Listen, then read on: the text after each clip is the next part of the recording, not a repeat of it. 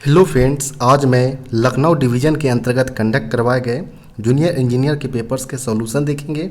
इसलिए वीडियो के लास्ट तक बने रहें एवं वीडियो पसंद आए तो वीडियो को लाइक एवं चैनल को सब्सक्राइब करना ना भूलें। चलिए शुरू करते हैं। सबसे पहले देखेंगे कि यह पेपर नॉर्थ ईस्टर्न रेलवे के अंतर्गत जो लखनऊ डिवीज़न आते हैं वहाँ पर पेपर जूनियर इंजीनियर पोस्ट के लिए कंडक्ट करवाया गया था। अगर बात करें यह पेपर, तो यह पेपर इंटर अप्रेंटिस कोटा के अंतर्गत जो पेपर्स होते हैं 25% के लिए, उसके अंतर्गत ये पेपर कंडक्ट करवाया गया था। और यह पेपर CNW मैकेनिकल डिपार्टमेंट का पेपर था। और इसमें बात करें नंबर ऑफ़ क्वेश्चंस का, तो टोटल 110 प्रश्न पूछे गए थे, जिसमें कैंडिडेट को केवल और केवल 100% का जवाब देना था, जिसके लिए कैंडिडेट को पूरे 2 घंटे का समय दिया गया था।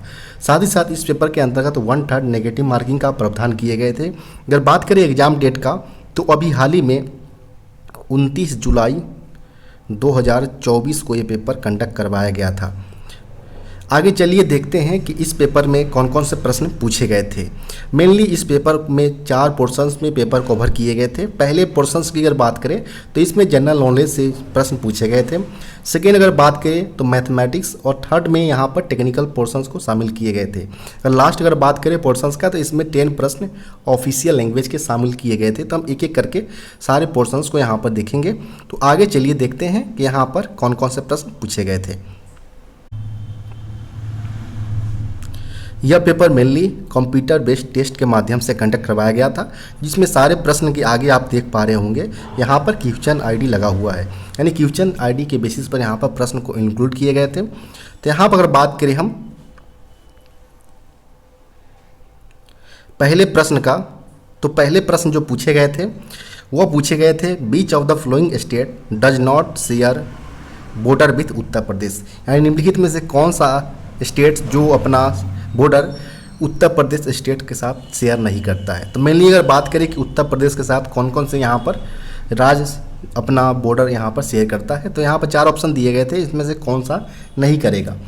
तो उत्तर प्रदेश के साथ मेनली 8 स्टेट्स और 1 यूनियन टेरेटरी यहाँ पर अपना बॉर्डर शेयर करते हैं। साथ ही साथ एक जो कंट्री है नेपाल कंट्री, वो भी अपना बॉर्डर शेयर करते हैं। अगर बात करें 8 स्टेट्स के अंतर्गत, तो इसमें उत्तराखंड हो, हिमाचल प्रदेश, हरियाणा, राजस्थान, मध्य प्रदेश, छत्तीसगढ़, झारखंड और बिहार स्टेट्स जो है ये अपना बॉर्डर उत्तर प्रदेश के साथ शेयर करते हैं। यहाँ पर प्रश्न में पूछा गया था कौन सा राज्य अपना बॉर्डर उत्तर प्रदेश के साथ शेयर नहीं करता है। तो यहाँ पर आप देख पा रहे हैं कि बिहार दिया गया, जो कि करेक्ट है, उत्तराखंड भी करेक्ट है और हरियाणा भी शेयर करता है। तो यहाँ पर पंजाब ऐसा राज्य है जो यहाँ पर अपना बॉर्डर उत्तर प्रदेश के साथ शेयर नहीं करता है। तो यहाँ पर ऑप्शन नंबर डी करेक्ट उत्तर हो जाएगा। यहाँ पर आप इसका हिंदी फॉर्म यहाँ पर आप देख सकते हैं, जो भी कैंडिडेट हिंदी भाषी क्षेत्र से है तो यहाँ पर आप हिंदी फॉर्म यहाँ पर देख सकते हैं। नेक्स्ट प्रश्न यहाँ पर हम बात करें अगर, तो नेक्स्ट प्रश्न यहाँ पर पूछे गए हैं which of the following country does not share border with India, निम्नलिखित में से कौन सा जो कंट्री देश दिए गए हैं वो अपने बॉर्डर भारत के साथ शेयर नहीं करता है। तो यहाँ पर बात करें अगर कि भारत के साथ मेनली 7 कंट्री अपना बॉर्डर शेयर करते हैं, जिनमें अगर बात करें तो चाइना हो, भूटान, नेपाल, पाकिस्तान, बांग्लादेश, अफगानिस्तान और म्यांमार जो कंट्री है वो अपना बॉर्डर भारत के साथ शेयर करते हैं। यहाँ पर हम बात करें ऑप्शन नंबर का, तो पाकिस्तान दिया गया है, भूटान भी है, चाइना भी है, जबकि ईरान ऐसा कंट्री है जो भारत के साथ अपना बॉर्डर शेयर नहीं करता है। यहाँ पर ऑप्शन नंबर बी इसका सही उत्तर हो जाएगा। यहाँ पर अगर बात करें हम सबसे लंबे बॉर्डर जो है भारत के साथ शेयर होता है वह बांग्लादेश के साथ अपना भारत का बॉर्डर शेयर होता है। सबसे जो लॉन्गेस्ट बॉर्डर है, जिसकी अगर बात करें लेंथ का, तो टोटल 4096.7 किलोमीटर के अप्रॉक्स इनका बॉर्डर भारत के साथ शेयर होता है, जो कि काफ़ी लंबा है अन्य देशों के मुकाबले। यहाँ पर इसका अगर बात करें तो हिंदी फॉर्म यहाँ पर आप देख सकते हैं, निम्नलिखित में से कौन सा देश भारत के साथ सीमा साझा नहीं करता है। नेक्स्ट प्रश्न की तरफ अगर चले, तो जो नेक्स्ट प्रश्न पूछे गए हैं यहाँ पर वह पूछे गए हैं which amongst the following is the longest river in India, यानी यहाँ पर बोला गया कि जो 4 ऑप्शन दिए गए हैं इनमें से सबसे लंबा रिवर्स यहाँ पर भारत के अंतर्गत कौन सा है। तो भारत की अगर बात करें लॉन्गेस्ट रिवर का, तो लॉन्गेस्ट रिवर्स में गंगा सबसे लॉन्गेस्ट रिवर्स के अंतर्गत आता है। तो यहाँ पर ऑप्शन नंबर ए इसका सही उत्तर हो जाएगा। इसका अगर बात करें लेंथ अप्रोक्सीमेट का, तो यह 2520 किलोमीटर्स के अप्रोक्स इनका लेंथ है, जो भारत के अंतर्गत यह फ्लो होते हैं। अगर बात करें इसके ओरिजिनेटिंग पॉइंट्स का, तो यह मेनली उत्तराखंड के अंतर्गत जो गंगोत्री है वहाँ से ओरिजिनेट होते हैं, और बे ऑफ बंगाल जो बंगाल की खाड़ी है वहाँ पर यह जाकर फॉल्स होते हैं। तो इस प्रकार आप यहाँ पर याद रख सकते हैं। यहाँ पर बात करें तो यहाँ पर इसका हिंदी फॉर्म दिया गया है, निम्नलिखित में से कौन सा भारत की सबसे लंबी नदी नहीं है। लंबी नदी यहाँ पर है, तो यहाँ पर आप हिंदी फॉर्म इस प्रकार देख सकते हैं। नेक्स्ट प्रश्न यहाँ पर अगर बात करें तो जो नेक्स्ट प्रश्न पूछे गए हैं वह पूछे गए हैं, which planet is known as red planet. निम्नलिखित में से कौन सा ग्रह लाल ग्रह के तौर पर जाना जाता है, रेड प्लानेट के तौर पर। तो इसमें जो होगा वो मार्स सबसे करेक्ट उत्तर हो जाएगा। और यह रेड इसलिए सरफेस दिखता है क्योंकि जो इसके सरफेस पर जो मौजूद होते हैं आयरन ऑक्साइड, यह इसके प्रचुर मात्रा में वहाँ पर मार्स प्लानेट पर अवेलेबल है, जो इसके एटमॉस्फेयर में रेड कलर को यहाँ पर सिग्निफाई करते हैं। तो यहाँ पर आप ऑप्शन नंबर बी इसका सही उत्तर हो जाएगा, मार्स। यहाँ पर अगर बात करें तो आप इसका हिंदी फॉर्म यहाँ पर प्रश्न देख सकते हैं, किस ग्रह को लाल ग्रह के रूप में जाना जाता है। इसके अलावा अगर बात करें हम कि टोटल अगर करंट में जो अपने सोलर सिस्टम के अंतर्गत सन है, सन के बाद अगर बात करें हम तो मरकरी को शामिल किया गया है। मरकरी के बाद वीनस, फिर अर्थ, फिर मार्स, फिर जुपिटर, फिर सैटर्न और वेनस, और लास्ट में जो आता है प्लैनेट वो नेपच्यून आता है। यह जो अरेंज किए गए हैं वो एज द डिस्टेंस बेसिस पर यहाँ पर अरेंज किए गए हैं। सबसे नियर बाई अगर बात करें प्लैनेट्स का, नियर टू सन की अगर बात करें तो मरकरी, और सबसे अगर बात करें फार डिस्टेंस का तो उसमें नेपच्यून प्लैनेट यहाँ पर आ जाएंगे।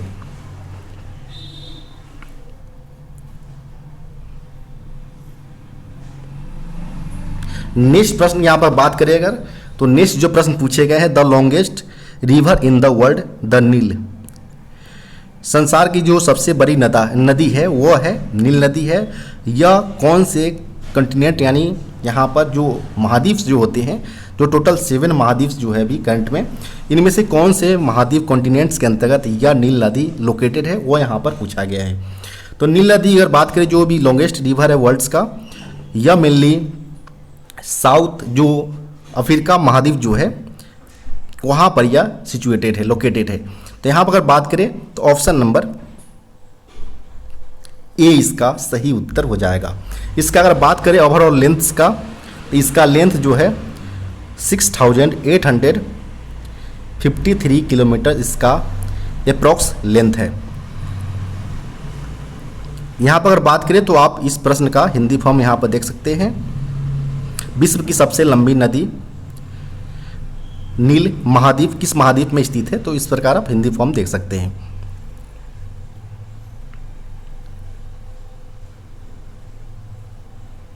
नेक्स्ट प्रश्न यहाँ पर बात करें, the largest democratic country in the term of population, यानी यहाँ पर बोला गया है कि सबसे पॉपुलेशन के बेसिस पर यहाँ पर सबसे लार्जेस्ट डेमोक्रेटिक कंट्री कौन सा है। जो यहाँ पर लोकतांत्रिक जो जिसके बेसिस पर हम सरकार गवर्नमेंट को चुनते हैं वोटिंग के माध्यम से। तो इस प्रकार अगर बात करें डेमोक्रेटिक कंट्री का on the basis of population, तो इसमें इंडिया कंट्री सबसे हाईयर रैंक पर आएगा यहाँ पर। तो ऑप्शन नंबर की अगर बात करें तो ऑप्शन नंबर यहाँ पर बी इसका सही उत्तर हो जाएगा। यहाँ पर इस प्रश्न का आप हिंदी फॉर्म देख सकते हैं, जनसंख्या की दृष्टि से सबसे बड़ा लोकतांत्रिक देश कौन सा है, तो इसमें भारत कंट्री यहाँ पर सही उत्तर हो जाएगा।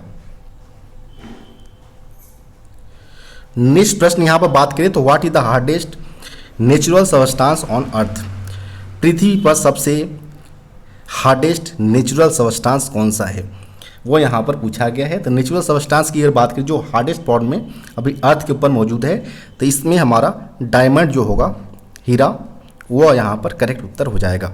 यहाँ पर बात करें ऑप्शन नंबर का, तो ऑप्शन नंबर यहाँ पर सी करेक्ट उत्तर हो जाएंगे। इसका अगर बात करें हिंदी फॉर्म का, तो पृथ्वी पर सबसे कठोर प्राकृतिक पदार्थ कौन सा है, तो इसमें diamond option number C correct उत्तर होगा। नेक्स्ट प्रश्न यहाँ पर है, जो कि 8वां प्रश्न है यहाँ पर, which element is known by the symbol O. जो हम पीरियडिक टेबल्स वगैरह जो प्रिपेयर करते हैं तो इसमें हम अलग अलग एलिमेंट्स को अलग अलग सिंबल से यहाँ पर डिनोट करते हैं। तो यहाँ पर बोला गया कि जो हमारा अलग अलग एलिमेंट जिसमें हमारा ओ जिससे हम डिनोट करते हैं वो कौन सा एलिमेंट यहाँ पर होगा, तो ओ को मेनली हम ऑक्सीजन को डिनोट करते हैं। ऑक्सीजन की अगर बात करें तो ऑक्सीजन का एटॉमिक नंबर जो होता है वह मेनली 8 होता है और इसको हम O7 से डिनोट करते हैं। जैसे वाटर वगैरह जो हमारा फॉर्मेशन होते हैं उसमें हमारा H2O होता है, जिसमें O मॉलिक्यूल हमारा यहाँ पर एलिमेंट्स शामिल होते हैं वाटर्स के फॉर्मेशंस में। तो यहाँ पर बात करें ऑप्शन नंबर का, तो ऑप्शन नंबर यहाँ पर ए इसका सही उत्तर हो जाएगा। यहाँ पर इस प्रश्न का आप हिंदी फॉर्म देख सकते हैं, कौन सा तत्व O चीन से जाना जाता है, तो इसमें ऑक्सीजन ऑप्शन नंबर ए होगा।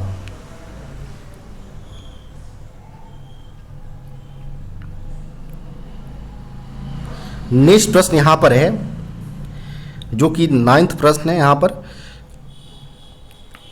बीच gas do plants absorbs from the atmosphere for photosynthesis. Photosynthesis के लिए एटमॉस्फेयर से प्लांट द्वारा कौन सा गैस को यहाँ पर एब्जॉर्ब किया जाता है। तो फोटोसिंथेसिस के अंतर्गत सिंपली जो हमारा प्लांट्स जो होते हैं अपने लिए वहाँ पर फूड्स का प्रिपरेशन करते हैं, जिसमें वो कार्बन डाइऑक्साइड्स को लेते हैं और वाटर्स को लेकर सनलाइट के बिहाफ पर वो अपना फूड्स होते हैं वो तैयार करते हैं। तो यहाँ पर अगर बात करें हम फोटोसिंथेसिस केमिकल रिएक्शंस का, तो इसमें मेनली 6 कार्बन डाइऑक्साइड इसमें शामिल होते हैं, प्लस इसमें अगर बात करें तो 6 H2O यानी वाटर, इसको H2O को बोला जाता है। यह मेनली सनलाइट इस पर पड़ता है जो इसके बाद जो रिएक्शन हमारा तैयार होता है वह मेनली C6H12 और O6 यहाँ पर तैयार होता है, जिसे अगर बात करें तो ग्लूकोज फॉर्म में बोला जाता है। यह इस प्लांट्स के लिए फूड के तौर पर होता है और इसमें जो एक्स्ट्रा अमाउंट्स में निकलता है वह इसमें ऑक्सीजन निकलता है, जो ह्यूमंस के लिए यहाँ पर बेनिफिशियरी होते हैं।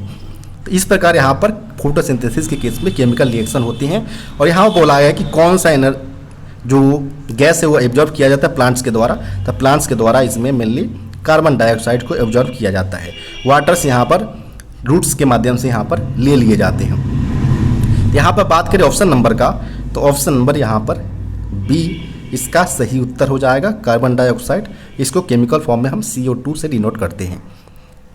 यहाँ पर बात करें हिंदी फॉर्म्स प्रश्न का, तो यह प्रकाश संश्लेषण के लिए पौधे वायुमंडल में कौन सी गैस अवशोषित करते हैं, तो यहाँ पर कार्बन डाइऑक्साइड करेक्ट उत्तर हो जाएगा। नेक्स्ट प्रश्न यहाँ पर है, जो कि 10वां प्रश्न है यहाँ पर, what is the capital city of Canada. Canada का यहाँ पर कैपिटल पूछा गया है, राजधानी कौन सा है, तो कनाडा की राजधानी जो है वो ओटावा है, ओटावा, जो कि ऑप्शन नंबर डी में दिया गया है। तो यहाँ पर ऑप्शन नंबर डी इसका सही उत्तर हो जाएगा। इसके अलावा आपसे करेंसी ये पूछा जा सकता है, कनाडा की कौन सी करेंसी यूज में लिए जाते हैं, तो कैनेडियन डॉलर से यहाँ पर इसका करेंसी भी हो जाएगा। तो यहाँ पर अगर बात करें हिंदी फॉर्म का, तो कनाडा की राजधानी क्या है, तो ओटावा, ऑप्शन नंबर डी यहाँ पर होगा। नेक्स्ट प्रश्न यहाँ पर है, which is the smallest plant in our solar system. हमारे सोलर सिस्टम के अंतर्गत सबसे छोटा प्लानिट कौन सा है, वो यहाँ पर पूछा गया है। अगर बात करें प्रश्न नंबर का, तो यह 11वां प्रश्न है और सबसे सोलर प्लांट जो हमारा सौर मंडल है इसमें सबसे छोटा प्लांट्स पूछा गया है। तो सोलर प्लानट की अगर बात करें तो इसमें मरकरी जो है हमारा प्लानट्स, बुध ग्रह, यह सबसे छोटा है, स्मॉल है। और बात करें या तो यह सूर्य से सबसे नियर बाई में, सबसे नज़दीकी डिस्टेंस पर यही मरकरी प्लांट्स अवेलेबल है। तो यहाँ पर ऑप्शन नंबर की अगर बात करें तो ऑप्शन नंबर यहाँ पर सी करेक्ट उत्तर हो जाएगा। यहाँ पर इस प्रश्न का आप हिंदी फॉर्म देख सकते हैं, हमारे सौर मंडल का सबसे छोटा ग्रह कौन सा है, तो इसमें बुध ग्रह सही उत्तर होगा। नेक्स्ट प्रश्न यहाँ पर है, what is the largest oxygen in the human body. Human body में सबसे लार्जेस्ट जो हमारा ऑर्गन जो होता है, यहाँ पर लार्जेस्ट ऑर्गन की बात किया जा रहा है, तो सबसे ह्यूमन बॉडी के अंतर्गत सबसे लार्जेस्ट जो ऑर्गन है वह ह्यूमन बॉडी का जो स्किन पार्ट्स जो होते हैं उसे सबसे लार्जेस्ट ऑर्गन के तौर पर कंसीडर किए जाते हैं। यहाँ पर बात करें प्रश्न नंबर या 12 है और इसके लिए जो लार्जेस्ट ऑर्गन हो जाएगा वो स्किन इसका सही उत्तर हो जाएगा। तो यहाँ पर ऑप्शन नंबर सी करेक्ट उत्तर होगा। यहाँ पर इस प्रश्न के लिए अगर बात करें तो इस प्रश्न के लिए हिंदी फॉर्म है मानव शरीर का सबसे बड़ा अंग कौन सा है। नेक्स्ट प्रश्न यहाँ पर है what is the largest ocean on earth. यहाँ पर लार्जेस्ट ओशियन के बारे में पूछा गया है कि महासागर कौन सा है। और प्रश्न नंबर की अगर बात करें तो प्रश्न नंबर 13 है यहाँ पर। तो इसमें अगर बात करें जो अपने अर्थ के ऊपर सबसे लार्जेस्ट जो ओशियन है वह पैसिफिक ओशियन है, प्रशांत महासागर है, वह अर्थ में डीपेस्ट और लार्जेस्ट दोनों के मुकाबले में सबसे बड़ा है यहाँ पर। तो यहाँ पर बात करें तो ऑप्शन नंबर डी में पैसिफिक ओशियन हो जाएगा। पैसिफिक ओशियन यानी प्रशांत महासागर। इस प्रकार के यहाँ पर बात करें हिंदी फॉर्म का तो पृथ्वी पर सबसे बड़ा महासागर कौन सा है, प्रशांत महासागर, ऑप्शन नंबर डी होगा।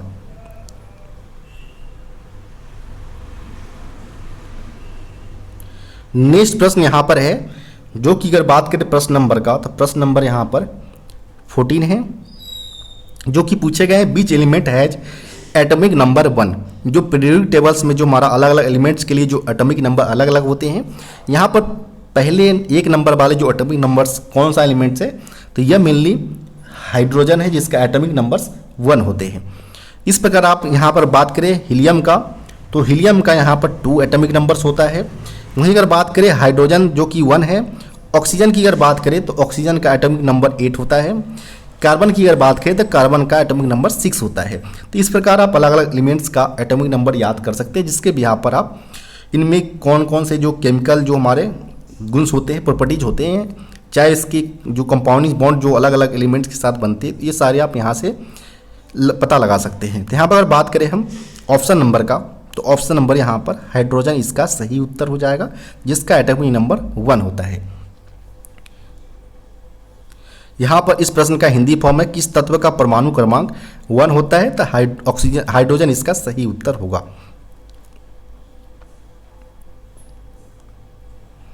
नेक्स्ट प्रश्न यहाँ पर है और नेक्स्ट प्रश्न यहाँ पर 15 है। यहाँ पर पूछे गए who discovered gravity when he saw a falling apples.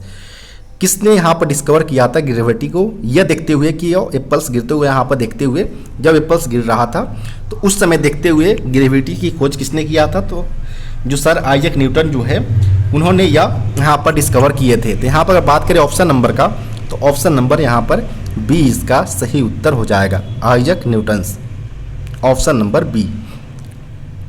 यहाँ पर आप इस प्रश्न का हिंदी फॉर्म देख सकते हैं गिरते हुए सेब को देखकर गुरुत्वाकर्षण की खोज किसने किया था तो आइजैक न्यूटन इसका सही उत्तर होगा, ऑप्शन नंबर बी।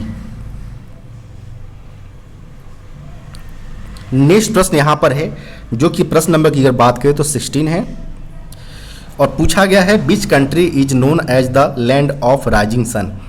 कौन से कंट्री को लैंड ऑफ राइजिंग सन के तौर पर जाना जाता है तो लैंड ऑफ राइजिंग सन यानी उगते हुए सूरज की भूमि के साथ वाले जो कंट्री है उसे हम जापान कंट्री के तौर पर जानते हैं।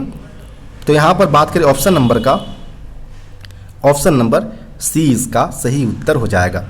यहाँ पर आप हिंदी फॉर्म देख सकते हैं उगते सूरज की भूमि के नाम से किस देश को जाना जाता है तो जापान कंट्री यहाँ पर होगा। नेक्स्ट प्रश्न यहाँ पर है प्रश्न नंबर की अगर बात करें तो प्रश्न नंबर 17 है। यहाँ पर पूछा गया है कि which organelle is known as the power house of the cell. यानी यहाँ पर बोला गया है कि निम्नलिखित में से कौन सा जो हमारा ऑर्गेनेल्स जो होता है हमारा ऑर्गेनाइज वो उसे हम पावर ऑफ सेल्स के तौर पर जानते हैं। पावर हाउस जो कोशिका का हमारा जो होता है उनके पावर हाउस के तौर पर जाना जाता है। तो इसमें मेनली माइटोकॉन्ड्रिया इसका सही उत्तर हो जाएगा जो मेनली सेल्स के पावर हाउस के तौर पर लिया जाता है। तो यहाँ पर बात करें ऑप्शन नंबर का तो माइटोकॉन्ड्रिया इसका सही उत्तर हो जाएगा, ऑप्शन नंबर सी। यहाँ पर आप हिंदी फॉर्म देख सकते हैं किस कोशिकांग को कोशिका का पावर हाउस कहा जाता है? तो यहाँ पर mitochondria, option number C. Next यहाँ पर है प्रश्न नंबर की अगर बात करें तो प्रश्न नंबर 18 है और पूछा गया है who is known as the father of computers. Father of computer जो है चार्ल्स बेबेज को जाना जाता है। यहाँ पर ऑप्शन नंबर ए करेक्ट उत्तर हो जाएगा। हिंदी फॉर्म यहाँ पर है कंप्यूटर के जनक के रूप में किसे जाना जाता है? Charles Babbage.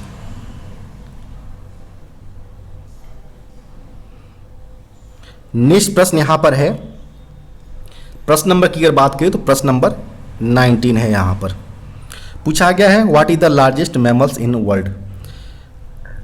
वर्ल्ड्स के अंतर्गत सबसे लार्जेस्ट जो मैमल्स है स्तनपाई वह मेनली ब्लू व्हेल्स है, blue whale. Option number B इसका सही उत्तर हो जाएगा। यह समुद्र के अंतर्गत पाया जाता है यहाँ पर। और इसका हिंदी फॉर्म आप देख सकते हैं विश्व का सबसे बड़ा स्तनपाई कौन सा है।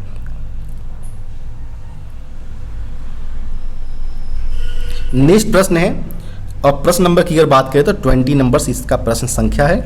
What is the term for animal that eat both plants and animals. यानी उस एनिमल्स के लिए कौन सा टर्म होगा जो खाता है प्लांट्स एवं एनिमल्स दोनों खाता है, यानी वह वेजिटेरियन एवं नॉन वेजिटेरियन दोनों केस में है। तो उस प्रकार के एनिमल्स जो है उसे ओमनीवरस यानी सर्वाहारी बोला जाता है। ऑप्शन नंबर यहाँ पर सी इसका सही उत्तर हो जाएगा। इसके अलावा अगर बात करें तो हर्बीवोरस जो है यह मेनली वेजिटेरियंस होते हैं। कार्निवोरस की अगर बात करें तो कार्निवोरस मेनली नॉन वेज होते हैं। तो इस प्रकार अगर दोनों हैं तो ओमनीवोरस केवल वेज के किस्म में, हर्बीवोरस और कार्निवोरस जो होता है वो नॉन वेज के किस्म में होता है। यहाँ पर बात करें हिंदी फॉर्म का तो उन जानवरों के लिए क्या शब्द है जो पौधे और जानवर दोनों खाते हैं? तो सर्वाहारी ओमनीवोरस यहाँ पर ऑप्शन नंबर सी। नेक्स्ट प्रश्न यहाँ पर है प्रश्न संख्या की अगर बात करें तो 21 प्रश्न संख्या है। Which element is commonly used in batteries. Batteries में सामान्यतः कौन सा एलिमेंट यूज किया जाता है? तो बैटरी में जो मेनली हम यूज करते हैं एलिमेंट्स वो लिथियम का प्रयोग करते हैं। तो यहाँ पर ऑप्शन नंबर सी इसका सही उत्तर हो जाएगा। यहाँ पर आप हिंदी फॉर्म में देख सकते हैं बैटरियों में आमतौर पर किस तत्व का प्रयोग किया जाता है? तो lithium, option number C. Next प्रश्न यहाँ पर है प्रश्न संख्या की अगर बात करें तो 22 प्रश्न संख्या है। यहाँ पर पूछा गया है यहाँ पर what is the primary components of the sun. Sun का यहाँ पर प्राइमरी कंपोनेंट्स पूछा गया है। तो सन के अंदर जो प्राइमरी कंपोनेंट्स होता है वह मेनली हाइड्रोजन होता है। यहाँ पर बात करें ऑप्शन नंबर का तो ऑप्शन नंबर यहाँ पर बी इसका सही उत्तर हो जाएगा। यहाँ पर आप सूर्य का प्राथमिक घटक हाइड्रोजन, ऑप्शन नंबर बी।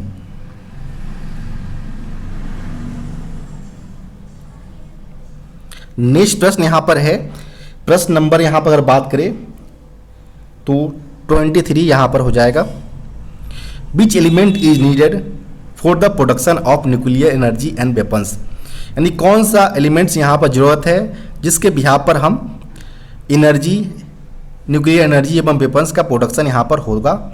तो जब भी हमें न्यूक्लियर वेपन्स या एनर्जी या वेपन्स की रिक्वायरमेंट होता है प्रोडक्शन के लिए, तो इसमें जो एलिमेंट्स की रिक्वायरमेंट होता है वह मेनली यूरेनियम एलिमेंट्स होते हैं। तो यहाँ पर बात करें ऑप्शन नंबर का तो ऑप्शन नंबर यहाँ पर बी इसका सही उत्तर हो जाएगा। यहाँ पर इस प्रश्न के लिए जो हिंदी फॉर्म होगा और परमाणु ऊर्जा एवं हथियारों के उत्पादन के लिए किस तत्व की आवश्यकता होता है? यूरेनियम यहाँ पर करेक्ट उत्तर होगा। नेक्स्ट प्रश्न यहाँ पर है how many continents are there in the world. संसार के अंतर्गत कितने नंबर्स में यहाँ पर कॉन्टिनेंट्स यानी महाद्वीप उपलब्ध है? तो यहाँ पर अगर बात करें हम यह प्रश्न नंबर जो है वह 24 है और टोटल 7 नंबर्स में यहाँ पर कॉन्टिनेंट्स उपलब्ध है पूरे वर्ल्ड्स के अंतर्गत। ऑप्शन नंबर यहाँ पर सी इसका सही उत्तर हो जाएगा।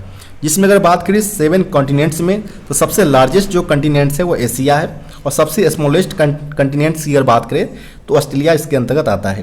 अगर बात करें टोटल 7 कॉन्टिनेंट्स में जिसमें Asia, Africa, north America, south Africa, Antarctica, Europe और सबसे लास्ट में जो आता है स्मॉलेस्ट कॉन्टिनेंट्स वो ऑस्ट्रेलिया आता है। तो इस प्रकार आप 7 कॉन्टिनेंट्स को यहाँ पर रिमेंबर कर सकते हैं। यहाँ पर जो अगर बात करें हिंदी फॉर्म जो दिया गया है विश्व में कितने महाद्वीप है, तो यहाँ पर 7 महाद्वीप यहाँ पर उपलब्ध है। नेक्स्ट प्रश्न यहाँ पर है, प्रश्न नंबर है 25। पूछा गया है हु डिस्कवर्ड पेंसिलिन। पेंसिलिन की यहाँ पर खोज किसने किया था, तो यह अलेक्जेंडर फ्लेमिंग के द्वारा पेंसिलिन का डिस्कवर किया गया था। तो यहाँ पर ऑप्शन नंबर डी करेक्ट उत्तर हो जाएगा। यहाँ पर आप इस प्रश्न के लिए हिंदी फॉर्म देख सकते हैं। पेंसिलिन की कौन खोज किसने किया था, तो Alexander Fleming, option number D. Next प्रश्न यहाँ पर है, प्रश्न नंबर की अगर बात करें हम, तो यहाँ से मैथमेटिक्स का प्रश्न जो मेनली स्टार्ट होता है, और यह प्रश्न नंबर है 26, जिसे पूछा गया है कि which of the following is not a whole numbers. निम्नलिखित में से कौन सा एक होल नंबर नहीं है। होल नंबर यानी पूर्ण संख्या। होल नंबर्स में मेनली जो हम नंबर इंक्लूड करते हैं वह मेनली 0 को साथ में इंक्लूड करते हैं हम, और फिर 1 2 3 और इस प्रकार से आगे तरफ बढ़ता है, जो कि हमारा होल नंबर्स का इस प्रकार सीरीज होता है। इसमें मेनली जो हम इंक्लूड नहीं करते हैं वो नेगेटिव वाले जो पार्ट्स होता है, जैसे -1 -2 -3, इस प्रकार के टर्म को हम होल नंबर के अंतर्गत शामिल नहीं करते हैं। या जो -1 या -2 या -3 जो आता है नंबर्स, यह मेनली इंटीजर्स का पार्ट्स होता है, यानी पूर्णांक का पार्ट्स होता है।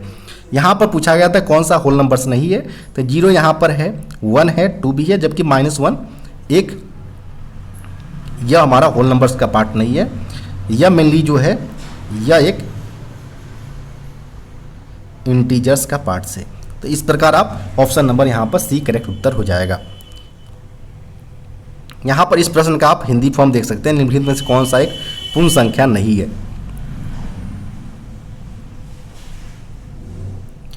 नेक्स्ट प्रश्न यहाँ पर पूछा गया है, और प्रश्न नंबर जो है वह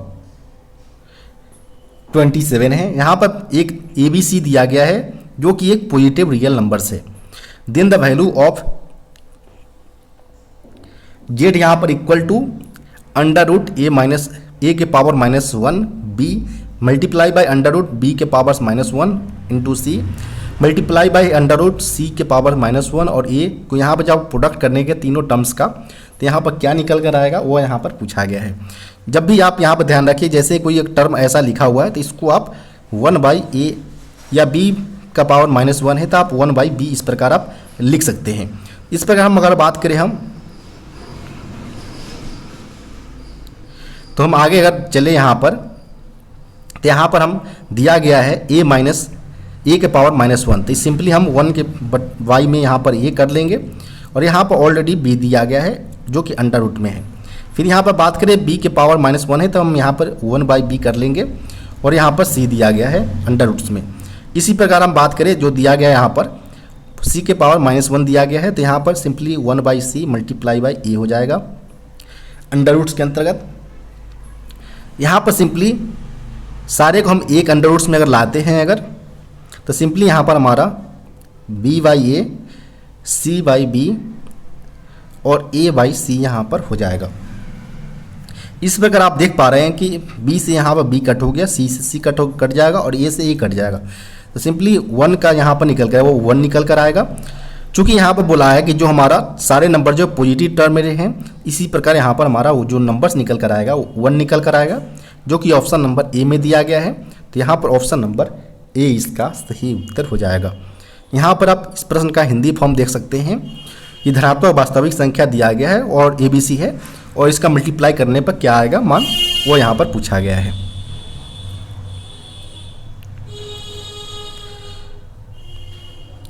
नेक्स्ट प्रश्न यहाँ पर पूछे गए हैं।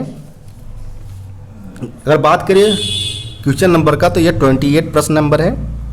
पूछा गया find the square of the sum of the digits of the smallest number divisible by both 18 and 24।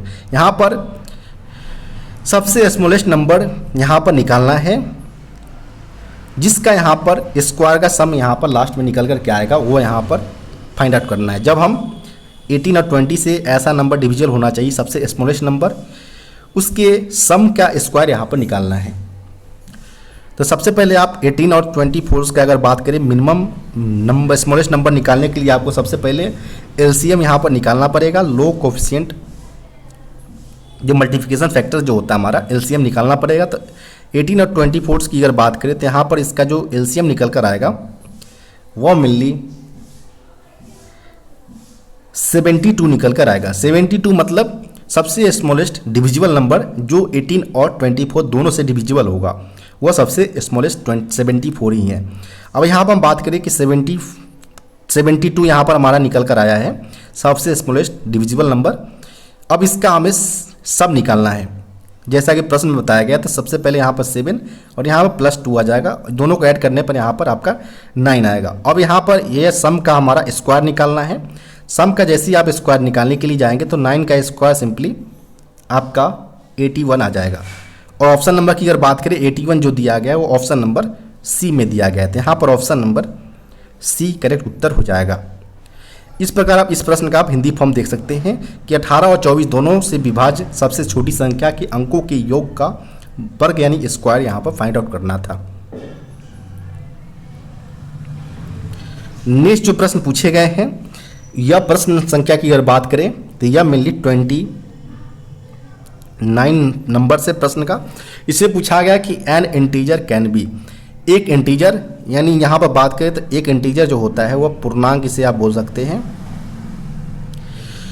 एक इंटीजर्स पॉजिटिव भी हो सकता है, नेगेटिव भी हो सकता है और जीरो भी हो सकता है।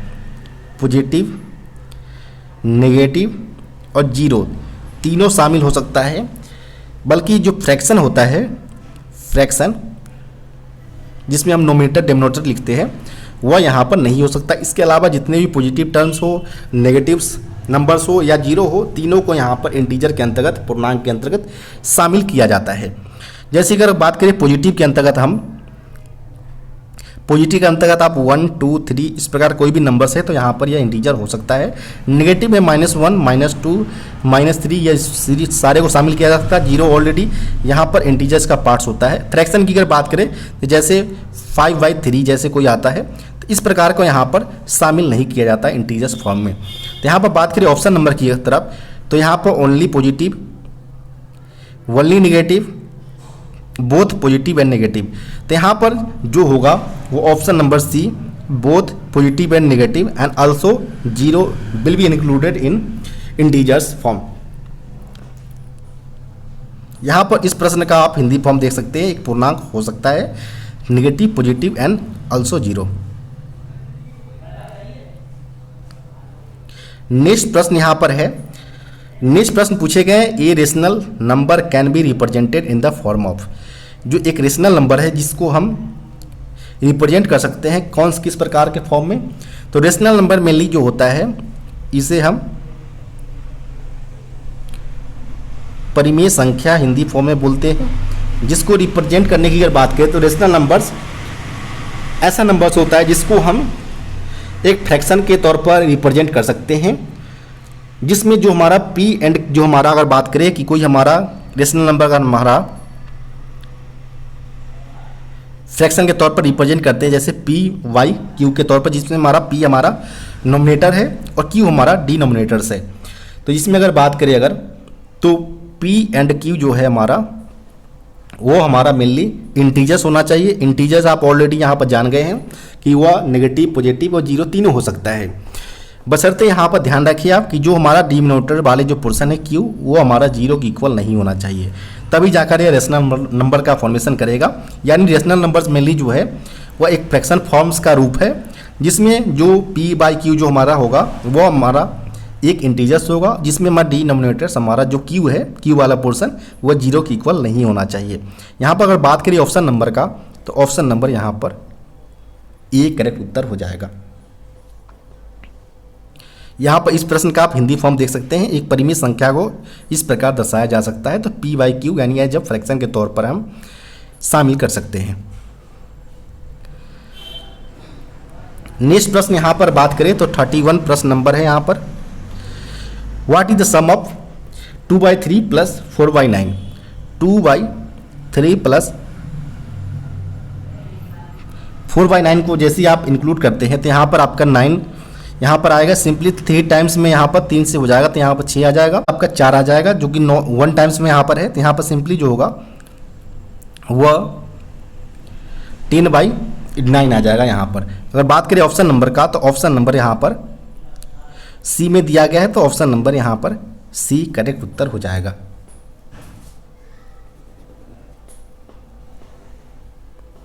यहाँ पर इस प्रश्न का आप हिंदी फॉर्म देख सकते हैं, 2/3 और 4/9 को यहाँ पर ऐड करना है।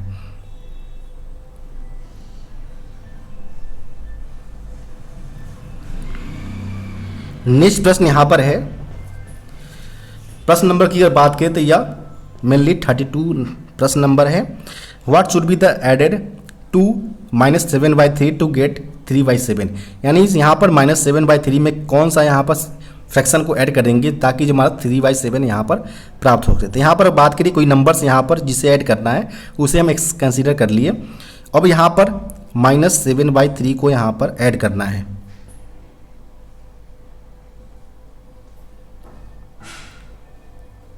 -7/3 ताकि हमारा 3/7 प्राप्त हो सके।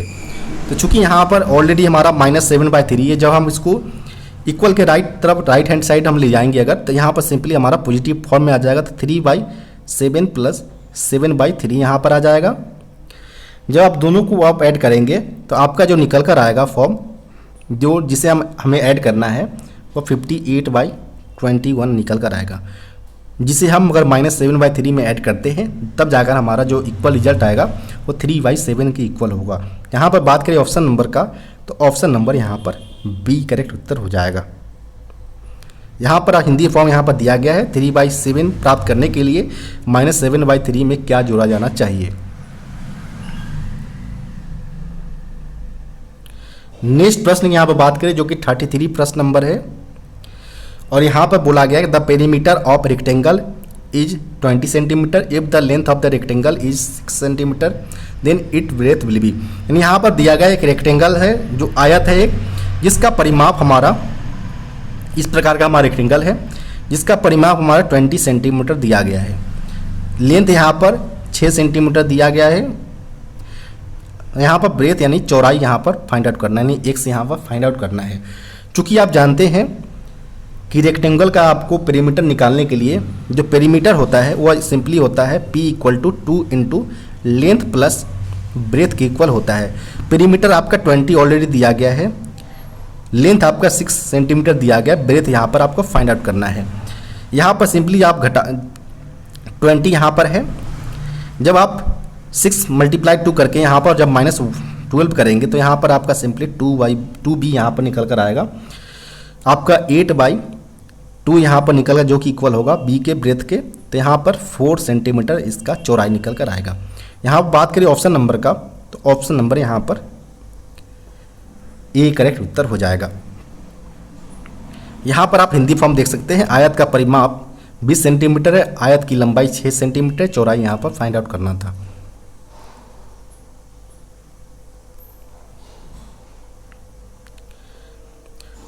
नेक्स्ट प्रश्न यहाँ पर है, प्रश्न नंबर जो है वह 34 यहाँ पर प्रश्न नंबर है। पूछे गए हैं the difference between 2 whole numbers is 66, the ratio of the 2 numbers is 2:5, the 2 numbers are dash. यानी यहाँ पर बोला है कि 2 होल नंबर्स है, होल नंबर्स 0, 1, 2, 3 सो 1 आगे तक जाता है पॉजिटिव टर्म में। इसमें जो 2 नंबर्स हमारा 2:5 दिया गया है, इसका डिफरेंस हमारा 66 है, तो 2x यहाँ पर 1 हो जाएगा, एक हमारा 5x हो जाएगा। दोनों का डिफरेंस हमारा यहाँ पर डिफरेंस बोला गया, तो सिंपली 3x डिफरेंस हमारा होगा जो कि इक्वल है 66 के। यहाँ पर 22 निकल कर आएगा जो कि हमारा x का वैल्यू है। अब यहाँ पर दोनों नंबर्स है, तो सिंपली यहाँ पर पहले नंबर 2x है, तो 2 × 22 हो जाएगा जो कि हमारा 44 निकल जाएगा। यहाँ पर सिंपली हमारा 5 × 22, तो यहाँ पर सिंपली जो निकल कर आएगा वो 110 निकल कर आएगा। यानी दोनों नंबर्स हमारा, एक नंबर हमारा 44, सेकेंड नंबर हमारा 110 यहाँ पर होगा। ऑप्शन नंबर की यहाँ पर बात करें अगर, तो ऑप्शन नंबर यहाँ पर सी करेक्ट उत्तर हो जाएगा। यहाँ पर बात करें तो प्रश्न हिंदी फॉर्म आप देख सकते हैं, 2 पूर्ण संख्याओं के बीच का अंतर 66 है, दोनों संख्याओं का अनुपात 2:5 है, तो दोनों संख्या क्या होगा। नेक्स्ट प्रश्न जो पूछे गए हैं वो प्रश्न संख्या है 35 और यहाँ पर पूछा गया है which of the following can not be a sum of 3 consecutive positive integers. Positive integers जो लगातार 3 कंटिन्यूअस पॉजिटिव इंटीजर्स का यहाँ पर सम निम्नलिखित में से कौन सा नहीं हो सकता है, वो यहाँ पर पूछा गया है। तो सबसे पहले आप जानते हैं कि जो हमारा इंटीजर्स जो होता है पॉजिटिव, नेगेटिव और जीरो तीनों होता है। चूँकि प्रश्न में यहाँ पर ऑलरेडी पॉजिटिव मेंशन कर दिया गया है कि 3 कॉन्सिक्यूटिव लगातार यहाँ पर इंटीजर्स है, पॉजिटिव फॉर्म में है, तो यहाँ पर आप कन्फ्यूजन ना हो कि नेगेटिव लेना है या जीरो लेना है यहाँ पर। तो सिंपली यहाँ पर बात करें कि एक हमारा नंबर से हमारा सिंपली x हो जाएगा, लगातार है तो सेकेंड टर्म हमारा x+1 हो जाएगा। थर्ड की अगर बात करें तो हमारा सिंपली x+3 हो जाएगा। यहाँ पर तीनों को जब आप ऐड करके यहाँ पर एक साथ लिखेंगे तो 3x+3 यहाँ पर निकल कर आएगा। अब ऐसा संख्या हमें फाइंड आउट करना है चारों ऑप्शंस में से जो यहाँ पर प्रॉपर एक वैल्यू निकल कर आए, जो एक फ्रैक्शन के तौर पर ना हो, क्योंकि जो हमारा जो इंटीजर वाले जो फॉर्म्स होते हैं वो पॉजिटिव, नेगेटिव, जीरो तो हो सकते हैं लेकिन फ्रैक्शन में कभी नहीं आ सकते। यहाँ पर जब आप 51 को आप लेंगे तो 51 जो है जैसे ही -3 यहाँ पर घटाएंगे 48 आएगा, मल्टीप्लाई कर भाग देंगे यहाँ पर डिवाइड करेंगे 3 से तो 16 आ जाएगा। तो ये एक प्रॉपर डिविजिबल है, क्योंकि प्रश्न में यहाँ पर बोला गया है कि कौन सा यहाँ पर नहीं हो सकता है। तो 51 हमारा हो जाएगा, डिविजिबल है हमारा 3x+3 से। 54 की अगर बात करें तो 54 भी यहाँ पर डिविजिबल हो जाएगा, वहाँ पर 57 भी हमारा हो जाएगा। लेकिन जब आप 55 को डिविजिबल करने के लिए जाएंगे आप तो -3 पहले घटेगा तो 52 आएगा, और 52 यहाँ पर आपका 3 से डिविजिबल नहीं होगा, एज अ फ्रैक्शन के तौर पर आ जाएगा, जो कि कभी पॉसिबल नहीं है। तो एज पर क्वेश्चन यहाँ पर ऑप्शन नंबर सी इसका सही उत्तर हो जाएगा। यहाँ पर बात करें तो हिंदी फॉर्म आप देख सकते हैं, निम्नलिखित में से कौन सा लगातार 3 सकारात्मक पूर्णांकों का योग नहीं हो सकता। तो 55 किसी भी कंडीशन में 3 कॉन्सिक्यूटिव इंटीजर्स का योग नहीं हो सकता।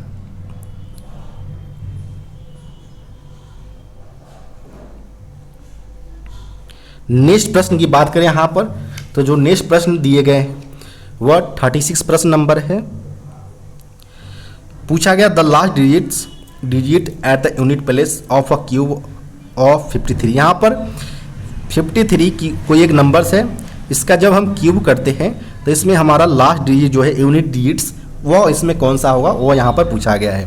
तो simply 53 multiply by 53 multiply by 53। अब आप यहाँ पर देख पा रहे हैं जब भी आप इस प्रकार का नंबर्स आप पूरा मल्टीप्लाई करने का आपको जरूरत नहीं है।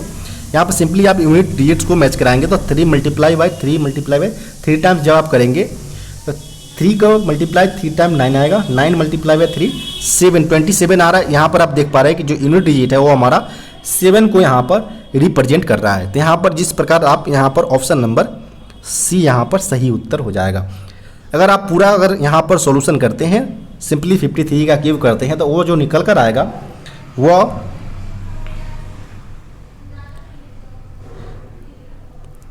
1,48,877 यहाँ पर निकल कर आएगा।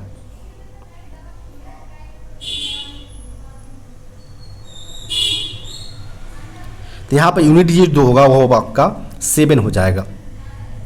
यहाँ पर आप प्रश्न हिंदी फॉर्म में देख सकते हैं 53 को घन करने पर अंतिम अंक कौन सा आएगा। नेक्स्ट प्रश्न यहाँ पर है, प्रश्न नंबर है 37। पूछा गया है which of the following is not a perfect cube. निम्नलिखित में से कौन सा एक परफेक्ट क्यूब नहीं है। तो परफेक्ट क्यूब के लिए सिंपली आप 216 को 6/6/6 3 टाइम मल्टीप्लाई करेंगे, यहाँ पर करेंगे तो आपका 6 निकल कर आ जाएगा। ये एक परफेक्ट क्यूब है। थाउजेंड्स की अगर बात करें तो 10 का क्यूब होता है तो यहाँ पर सिंपली 10 निकल कर आ जाएगा। 1331 की अगर बात करें तो यह सिंपली 11 का क्यूब होता है, यहाँ पर निकल कर आपका 11 आ जाएगा। लेकिन यहाँ पर बात करें हम 243 का तो 243 किसी प्रकार का नहीं है, 343 यहाँ पर होता है जो कि 7 का क्यूब होता है। लेकिन 243 किसी प्रकार का नहीं क्यू का फॉर्म यहाँ पर आ सकता है, तो ऑप्शन नंबर यहाँ पर सी करेक्ट उत्तर हो जाएगा।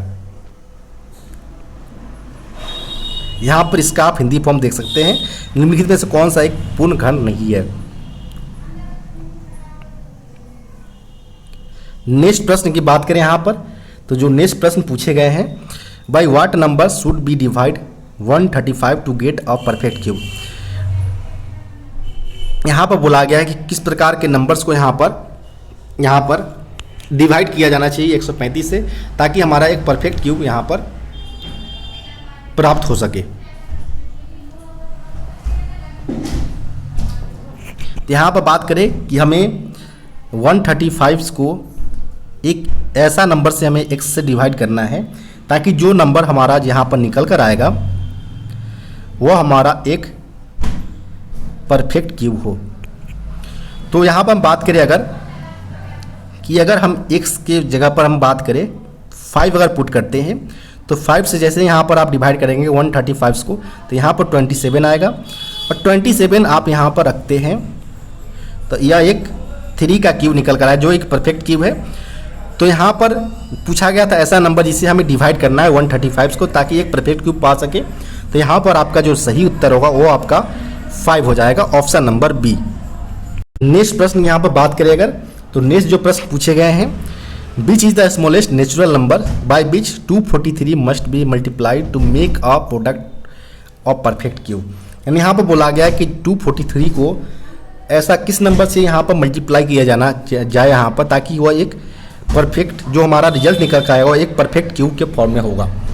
तो यहाँ पर बात करें कि 243 यहाँ पर है, यहाँ पर कोई x नंबर से मल्टीप्लाई करना है, और जो रिजल्ट निकल कर आएगा वह यहाँ पर एक परफेक्ट क्यूब के तौर पर होगा।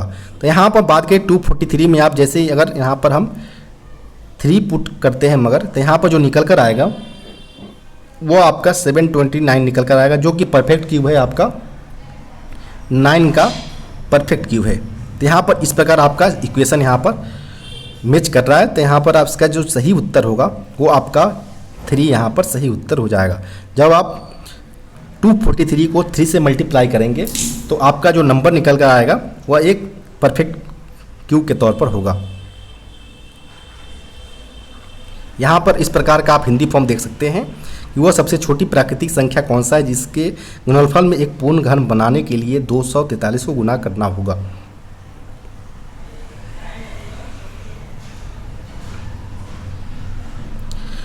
नेक्स्ट प्रश्न यहाँ पर number of vertex a cone has. यहाँ पर जो प्रश्न नंबर है वो 40 है, और यहाँ पर कोई एक कोन है, इसका वर्टेक्स का नंबर पूछा गया है। कोन यानी शंकु का है, शंकु का इस प्रकार से आप यहाँ पर बना सकते हैं।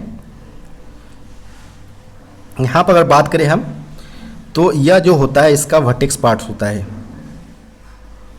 ये इसका जो होता है वह एज पार्ट्स होता है, किनारों वाला पार्ट्स। तो इस प्रकार टोटल नंबर ऑफ जो इसका वर्टेक्स होगा वो केवल और केवल एक की संख्या में होगा। तो यहाँ पर बात करें ऑप्शन नंबर का, तो ऑप्शन नंबर यहाँ पर ए इसका सही उत्तर हो जाएगा। अगर बात करें यहाँ पर हिंदी फॉर्म का, तो हिंदी फॉर्म यहाँ पर देख सकते हैं, एक शंकु कोण में शीर्षों की संख्या कितना है, तो 1 यहाँ पर होगा। नेक्स्ट प्रश्न यहाँ पर बात करें, the top view of cuboid look like at. यहाँ पर बोला है जब भी कोई हम ऑब्जेक्ट होता है उसके साइड व्यू होता है, फ्रंट व्यू होता है और टॉप व्यू होता है। जब आप किसी ऑब्जेक्ट को आप देखते हैं, तो यहाँ पर बोला गया कि जो एक क्यूबॉइड है, घनाभ है, इसको जब हम टॉप व्यू से देखते हैं तो वो किस प्रकार के शेप में दिखेगा। तो यहाँ पर सबसे पहले आप एक यहाँ पर क्यूबॉइड यहाँ पर देख लें, तो इस प्रकार का एक क्यूबॉइड यहाँ पर घनाभ बनकर तैयार होगा। जब आप यहाँ से टॉप व्यू देखेंगे, आप टॉप व्यू से, तो यहाँ पर जो यहाँ पर निकल कर आएगा वो इस प्रकार से एक निकल कर आएगा टॉप व्यू इसका। तो यह एक मेनली एक रेक्टेंगुलर शेप को यहाँ पर यहाँ पर डिस्क्राइब करता है।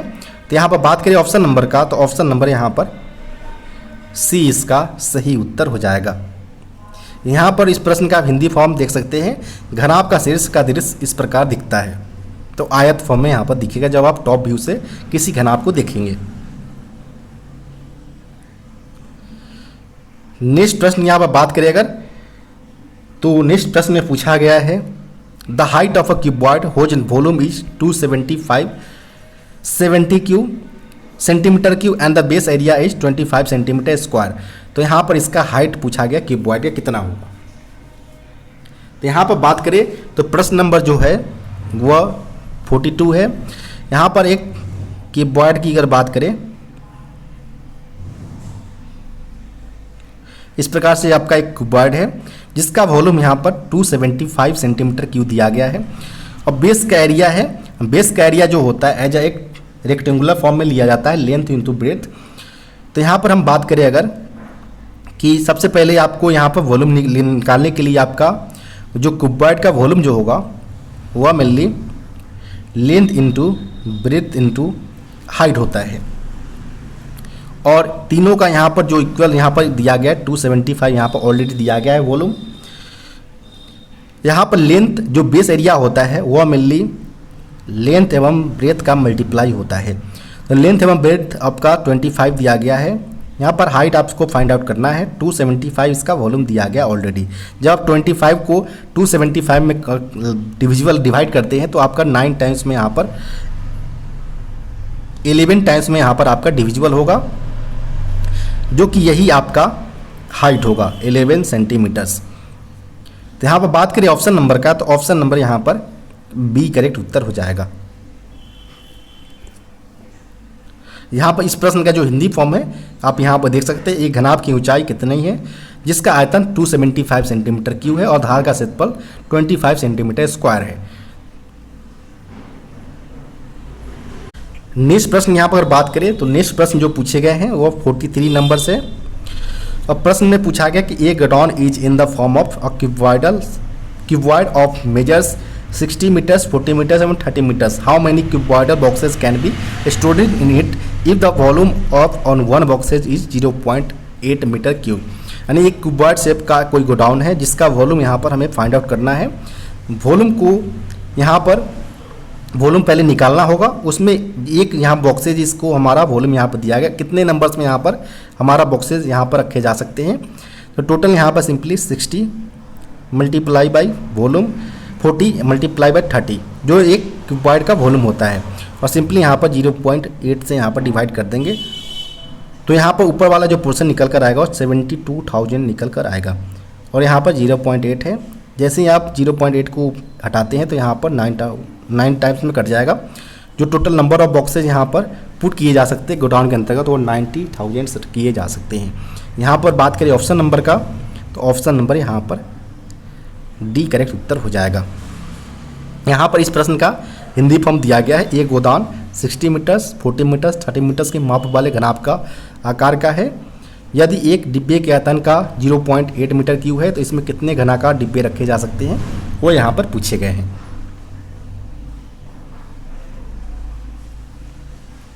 नेक्स्ट प्रश्न की यहाँ पर बात करें, पूछे गए हैं a rectangular piece of a paper 11 centimeter 4 centimeter is folded without overlapping to make a cylinder of height 4 centimeter, find the volume of a cylinder. कोई एक रेक्टेंगुलर शेप हमारा है जिसका लेंथ 11 है, ब्रेथ हमारा 4 है। इसको जब हम सिलेंडर फॉर्म में बनाते हैं तो यहाँ पर बोला गया है इसका हाइट हमारा 4 होना चाहिए और ए वाला जो सर्कुलर पोर्शन जो हम फोल्ड करके लाए हैं वो हमारा 11 सेंटीमीटर हो जाएगा।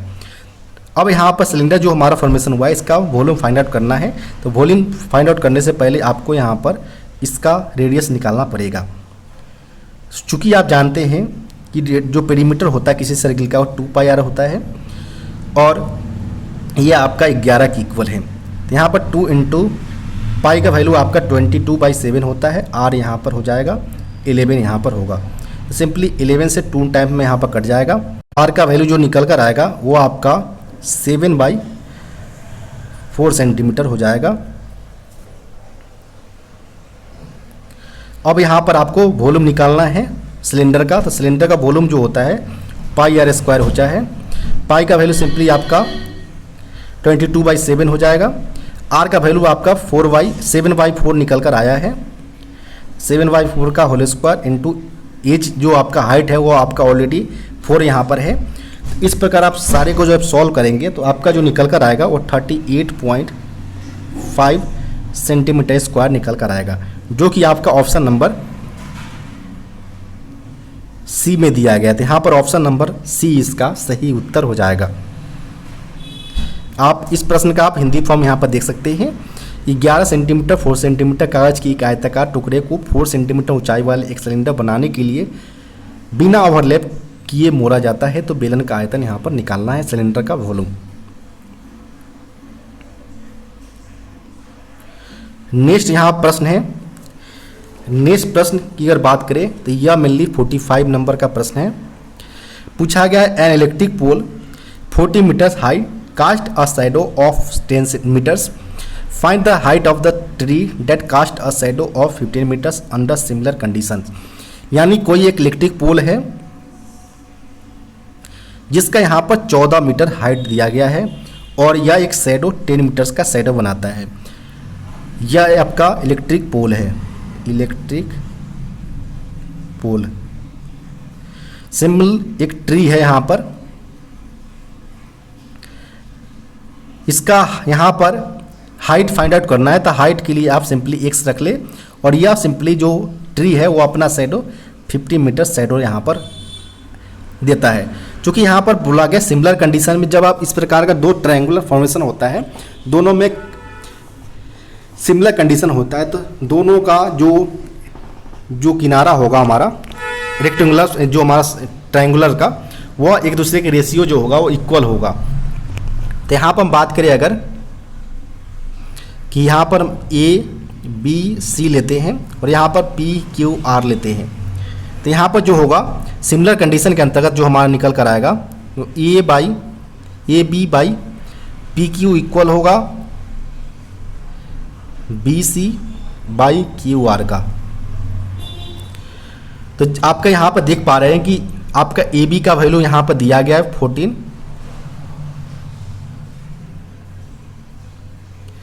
14 यहाँ पर दिया गया है। पी क्यू का वैल्यू यहाँ पर हमें फाइंड आउट करना x है। फिर यहाँ पर अगर बात करें तो बी सी का वैल्यू यहाँ पर 10 दिया गया है और क्यू आर के वैल्यू की अगर बात करें तो 15 यहाँ पर दिया गया है।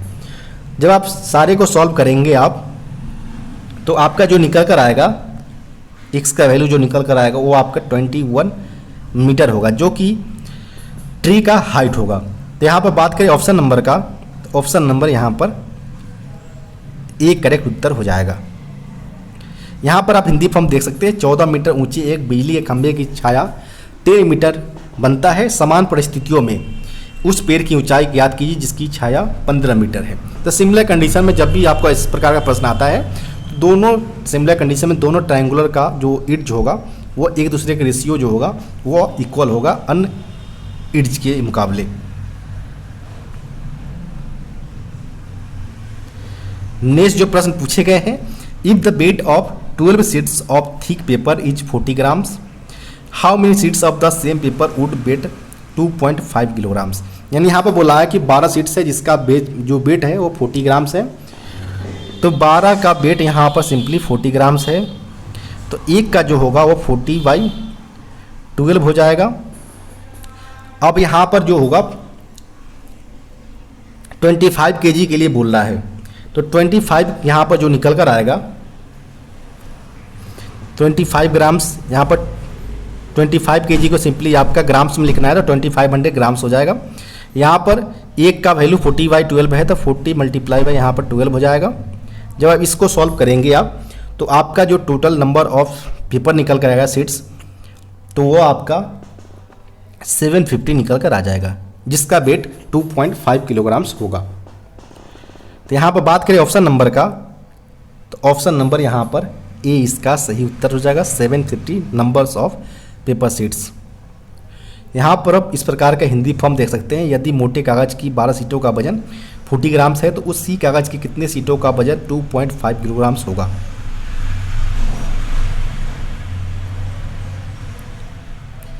नेक्स्ट प्रश्न यहाँ पर है, 72% of 25 students are interested in mathematics, how many are not interested in mathematics.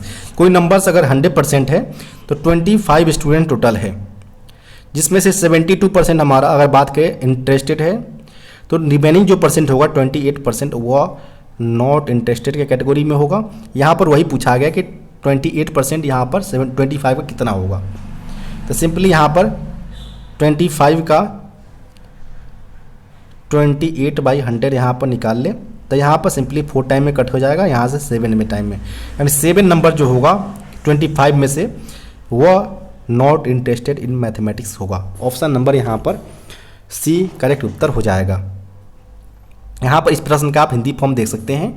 25 छात्र में से 72% छात्र गणित में रुचि रखते हैं, तो कितने परसेंट छात्र जो है, कितने नंबर सब छात्र जो गणित में रुचि नहीं रखते हैं। तो सबसे पहले आप परसेंटेज को नॉट इंटरेस्टेड वाले निकालें, उस बिहार पर आप यहाँ पर आप नॉट इंटरेस्टेड का नंबर्स निकाल सकते हैं।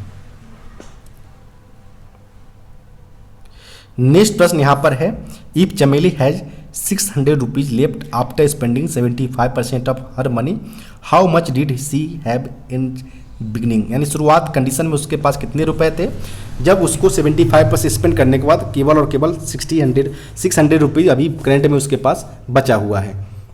तो यहाँ पर बात करें अगर कि कोई उसके शुरुआत में हम 100 रुपये उसके पास थे, 75% उन्होंने स्पेंड कर दिए, तो टोटल आप उसके पास 100% अगर होता है, जिसमें 75% उन्होंने स्पेंड क्रेडिट केवल और केवल 25% उसके पास बचा होगा। तो 25% बाई 100 यहाँ पर हो जाएगा, वही बचा हुआ अमाउंट 600 रुपये के इक्वल है। तो यहाँ पर सिंपली 4 टाइम्स में यहाँ पर हो जाएगा, और यहाँ पर 4 मल्टीप्लाई बाई 600 जो कि इक्वल होगा 2400 का, यानी इनिशियली उसके पास जो मनी रहा होगा वो 2400 रुपीज़ रहा होगा। यहाँ पर बात करें ऑप्शन नंबर का, तो ऑप्शन नंबर यहाँ पर डी करेक्ट उत्तर हो जाएगा। इस प्रश्न का आपका जो हिंदी फॉर्म है आप यहाँ पर देख सकते हैं। यदि चमेली के पास 75% पैसा खर्च करने के बाद 600 रुपीज़ बचे हैं, तो प्रारंभ में उसके पास कितने रुपए थे। नेक्स्ट प्रश्न यहाँ पर है, द एरिया ऑफ ट्रेपिजम, ट्रेपिजम एक प्रकार का समलम चतुर्भुज को आइडेंटिफाई करता है। तो trapezium shaped field is 480 metre square, the distance between the 2 parallel sides is 15 metres and the 1 parallel sides is 20 metres, तो find the other parallel sides. यानी यहाँ पर कोई ट्रेपिजम्स है, ट्रेपिजम्स को हम इस प्रकार से डिनोट करते हैं, इसलिए हम समलम चतुर्भुज बोलते हैं यहाँ पर। तो यहाँ पर जो ए बी यहाँ पर कोई पोर्शन है और यहाँ पर बी सी कोई पैरेलल पोर्शन, दोनों एक दूसरे से पैरेलल होते हैं ए बी और बी सी, उस केस में यहाँ पर ट्रेपिजम शेप्स का फॉर्मेशन होता है। यहाँ पर एरिया ऑलरेडी 480 मीटर स्क्वायर दिया गया है। दोनों के बीच की अगर बात करें डिस्टेंस जो है वह 15 मीटर दिया गया है, तो यह आपका 15 मीटर हो गया। यहाँ पर जो 20 मीटर एक साइड का दिया गया, तो ए बी का यहाँ पर डिस्टेंस जो है वो 20 मीटर दिया गया है। तो यहाँ पर बी और सी का यहाँ पर फाइंड आउट करना है कि कितना यहाँ पर इसका साइड होगा। तो सबसे पहले आप बात करें कि ट्रेपिजम का जो एरिया होता है वो होता है mainly half multiply by height, bracket के अंतर्गत सिंपली दोनों पैरेलल्स का वैल्यू होता है, पैरेलल साइड्स का वैल्यू। तो यहाँ पर बात करें अगर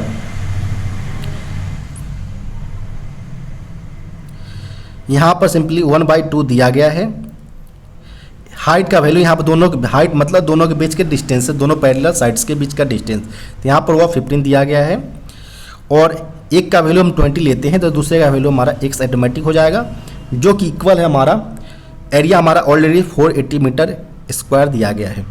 तो यहाँ पर सारे इक्वेशन को आप सॉल्व करेंगे तो जो आपका x का वैल्यू निकल कर आएगा वो आपका 44 मीटर निकल कर आएगा, जो कि आपका अदर साइड वाले का वैल्यू होगा।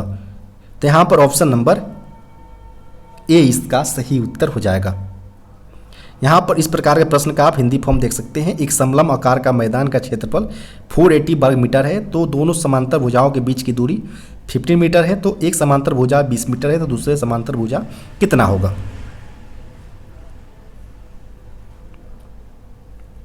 नेक्स्ट प्रश्न जो है यह मेनली 50 नंबर ऑफ प्रश्न यहाँ पर पूछा गया है।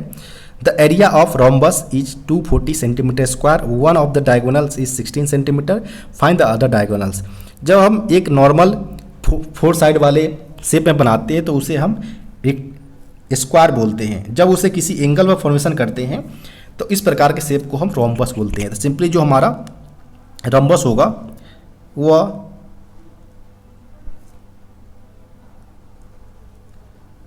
स्क्वायर का होता है। बस इसमें डिफरेंस यह होता है कि यह एक किसी एंगल पर होता है और एक दूसरे से 90 डिग्री यहाँ पर फॉर्मेशन करते हैं। यहाँ पर बात करें अगर तो इस प्रकार से आपका फॉर्मेशन होगा। यहाँ पर आपका D1 डायगोनल और D2 डायगोनल्स यहाँ पर हो गया। D1 किसी एक को आप 16 यहाँ पर कंसीडर कर ले, तो हमें D2 यहाँ पर फाइंड आउट करना है। तो एरिया ऑफ रोम्बस की अगर बात करें, रोम्बस यानी समचतुर्भुज, तो रोम्बस की जो एरिया है वह इक्वल होता है half into diagonal 1 into diagonal 2। तो यहाँ पर बात करें अगर जो एरिया दिया गया वो ऑलरेडी 250 सेंटीमीटर स्क्वायर दिया गया है। हाफ यहाँ पर है और D1 का वैल्यू यहाँ पर जो डायगोनल 1 है 16 दिया गया है, तो D2 का यहाँ पर वैल्यू हमें फाइंड आउट करना है। तो जब आप सारे इक्वेशन को यहाँ पर सॉर्ट आउट करते हैं तो डायगोनल 2 का जो वैल्यू निकल कर आएगा वो आपका 13 सेंटीमीटर निकल कर आएगा, जो कि आपका ऑप्शन नंबर सी में है। तो यहाँ पर ऑप्शन नंबर सी करेक्ट उत्तर हो जाएगा। यहाँ पर इस प्रकार का प्रश्न का आपका हिंदी फॉर्म यहाँ पर देख सकते हैं। एक चतुर्भुज का क्षेत्रफल इतना है, इसका एक विकर्ण यहाँ पर इतना है, तो दूसरा विकर्ण यहाँ पर फाइंड आउट करना था।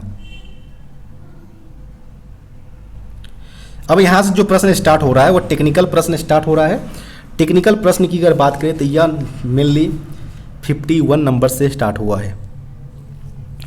इसमें पहला प्रश्न पूछा गया था, what is the diameter of friction ring of LHB brake disc. जो LHB के एक्सल के जो हमारा फिएट बोगी में जो एक्सल के ऊपर जो हमारा axle mounted disc brake system mounted होते हैं, जो ब्रेक डिस्क लगा होता है, तो इसमें पूछा गया कि इसका डायमीटर जो हमारा ब्रेक डिस्क का डायमीटर कितना होता है। तो ब्रेक डिस्क का डायमीटर सिंपली 640 मीटर सेंटीमीटर में होते हैं। यहाँ पर सारे डायमेंशन जो होते हैं वो mm में होते हैं, तो 640 mm इसका डायमीटर हो जाएगा यहाँ पर। इसके अलावा इसका थिकनेस जो होता है 110 इसका नए कंडीशन में 96 mm पर इसको हम कंडम करते हैं। इसके अलावा जो हमारा ब्रेक डिस्क जो बना होता है वह ग्रे कास्ट आयरन का बना होता है। साथ ही साथ इसमें जो छोटे छोटे फिन्स प्रोवाइडेड होते हैं वो मेनली ब्रेकिंग के दौरान जो हमारा हीट जनरेट होता है उसमें कूलिंग प्रोवाइड करवाया जा सके, इस पर्पज़ को देखते हुए इसमें मेनली फिन्स प्रोवाइडेड होते हैं। इसके अलावा 3 कंटिन्यूअस फिन्स जो होते हैं वह ब्रोकन अगर पाया जाता है ब्रेक डिस्क के ऊपर तो इसको सर्विस में अलाउ नहीं किया जाना चाहिए। तो यहाँ पर बात करें ऑप्शन नंबर का, तो ऑप्शन नंबर यहाँ पर बी करेक्ट उत्तर हो जाएगा। यहाँ पर आप हिंदी फॉर्म देख सकते हैं। LHB ब्रेक डिस्क का व्यास पूछा गया था तो 640 mm इसका सही उत्तर होगा। नेक्स्ट प्रश्न यहाँ पर width of new LHB brake pad, नए ब्रेक पैड का यहाँ पर विड्थ पूछा गया था। तो 35 नए कंडीशन में, कंडम कंडीशन में 7 mm होता है। यहाँ पर ऑप्शन नंबर सी करेक्ट उत्तर हो जाएगा। यहाँ पर बात करें तो हिंदी फॉर्म आप देख सकते हैं। नए LHB ब्रेक पैड की मोटाई कितना है 35 mm। नेक्स्ट प्रश्न यहाँ पर है, what is the purpose of dump valve. Dump valve जो लगा होता है हमारा प्रत्येक एक्सल के लिए एक एक हमारा लगा होता है, टोटल 4 की संख्या में प्रत्येक कोच में हमारा डंप वाल्व लगा होता है। इसका मेनली कॉज होता है लगाने का ताकि जितने भी एक्सल के ऊपर हमारा सेम स्पीड को मेंटेन रखा जा सके, साथ ही साथ व्हील को स्लाइड स्किड होने से बचाया जा सके। तो यहाँ पर बात करें ऑप्शन नंबर का, तो ऑप्शन नंबर यहाँ पर सी करेक्ट उत्तर हो जाएगा। आप हिंदी फॉर्म में यहाँ पर देख सकते हैं डंप वाल्व का उद्देश्य क्या है, तो यहाँ पर ऑप्शन नंबर सी यहाँ पर करेक्ट उत्तर होगा। नेक्स्ट प्रश्न यहाँ पर है, brake accelerator is a, brake accelerator एक प्रकार का इमरजेंसी ब्रेक एप्लीकेशन डिवाइस है। तो यहाँ पर ऑप्शन नंबर बी इसका सही उत्तर हो जाएगा। यहाँ पर हिंदी फॉर्म देख सकते हैं इस प्रश्न के लिए।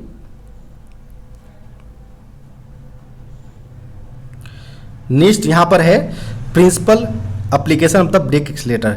ब्रेक एक्सीलेटर्स के जो सिद्धांत होते हैं वह मेनली इमरजेंसी ब्रेकिंग करते हैं जब भी हम हमारा किसी प्रकार का, और प्रत्येक रेक के प्रत्येक कोच के अंतर्गत ये इमरजेंसी ब्रेकिंग करते हैं, समानपूर्वक करते हैं। तो यह इसका मेनली प्रिंसिपल होते हैं। ऑप्शन नंबर की अगर बात करें तो ऑप्शन नंबर यहाँ पर ए इसका करेक्ट उत्तर हो जाएगा, emergency braking in each coach of rake. Hindi form आप यहाँ पर देख सकते हैं, सिद्धांत का अनुप्रयोग है ब्रेक एक्सीलेटर्स का।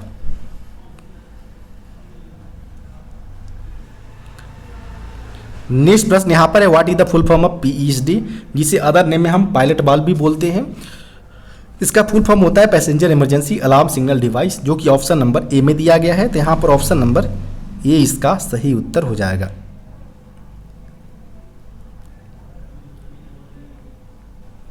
नेक्स्ट प्रश्न यहाँ पर है, what is the working pressure range of nitrogen cylinder in fire suppression system in LHB coaches.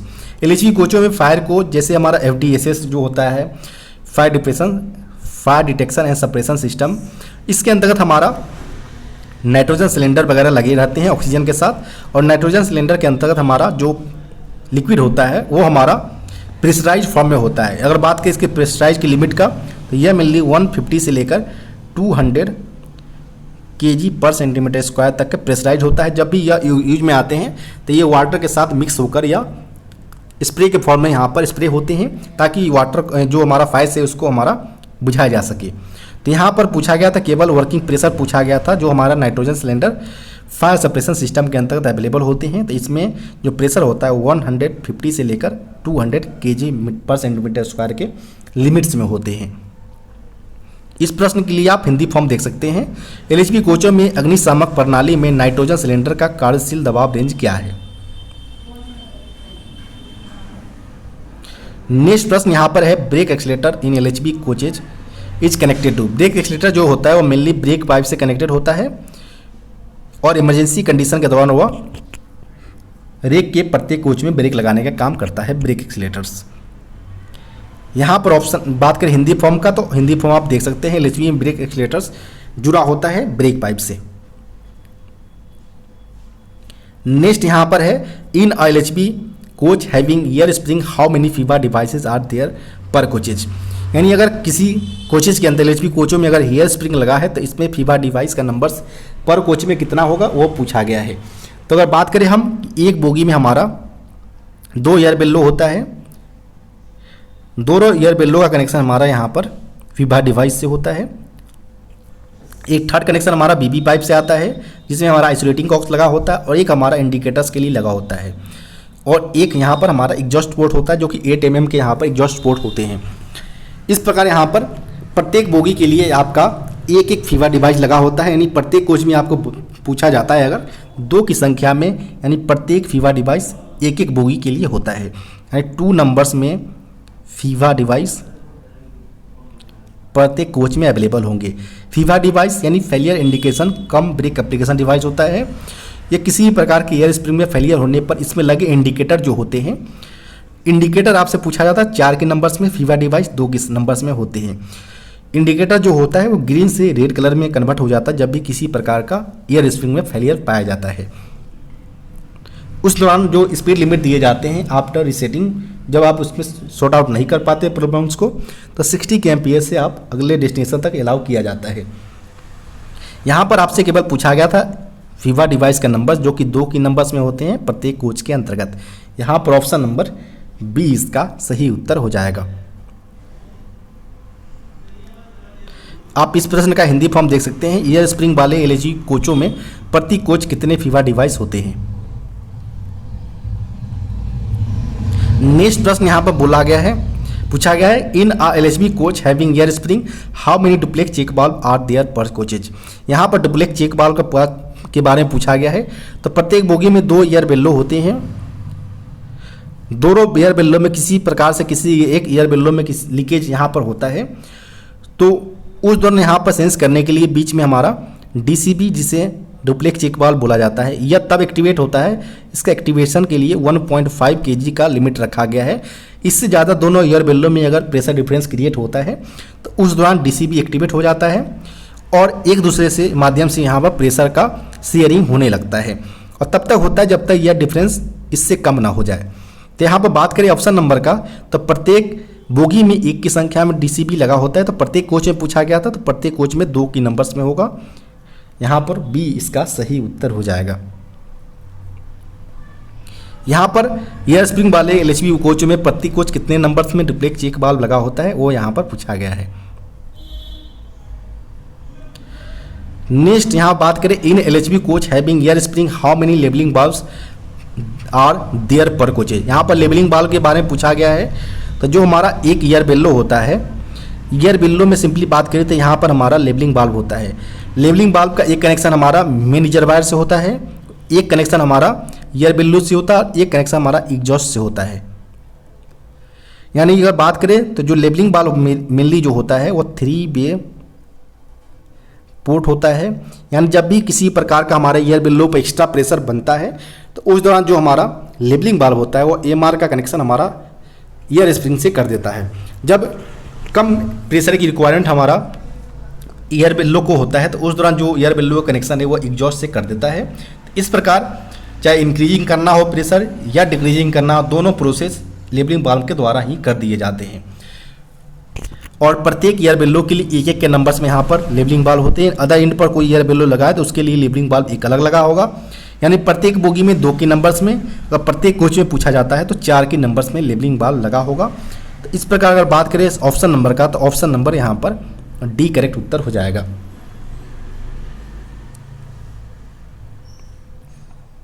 यहाँ पर इस प्रकार आप हिंदी फॉर्म देख सकते हैं। एयर स्प्रिंग वाल्व एलएचबी कोचों में प्रति कोच कितने नंबर्स में लेबलिंग वाल्व लगे होते हैं।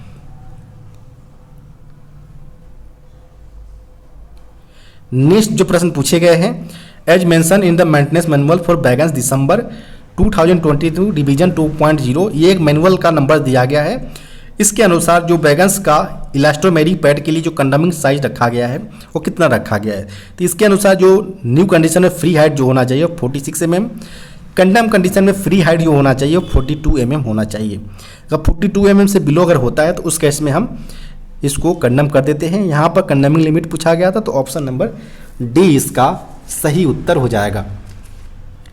इसके अलावा भी अन्य कई सारे कंडीशन होते हैं इलास्टोमेरिक पैड्स यानी ईएम पैड को कंडम करने के, जिसमें अगर उसके रबर पैड अगर क्रस्ट कर गया हो।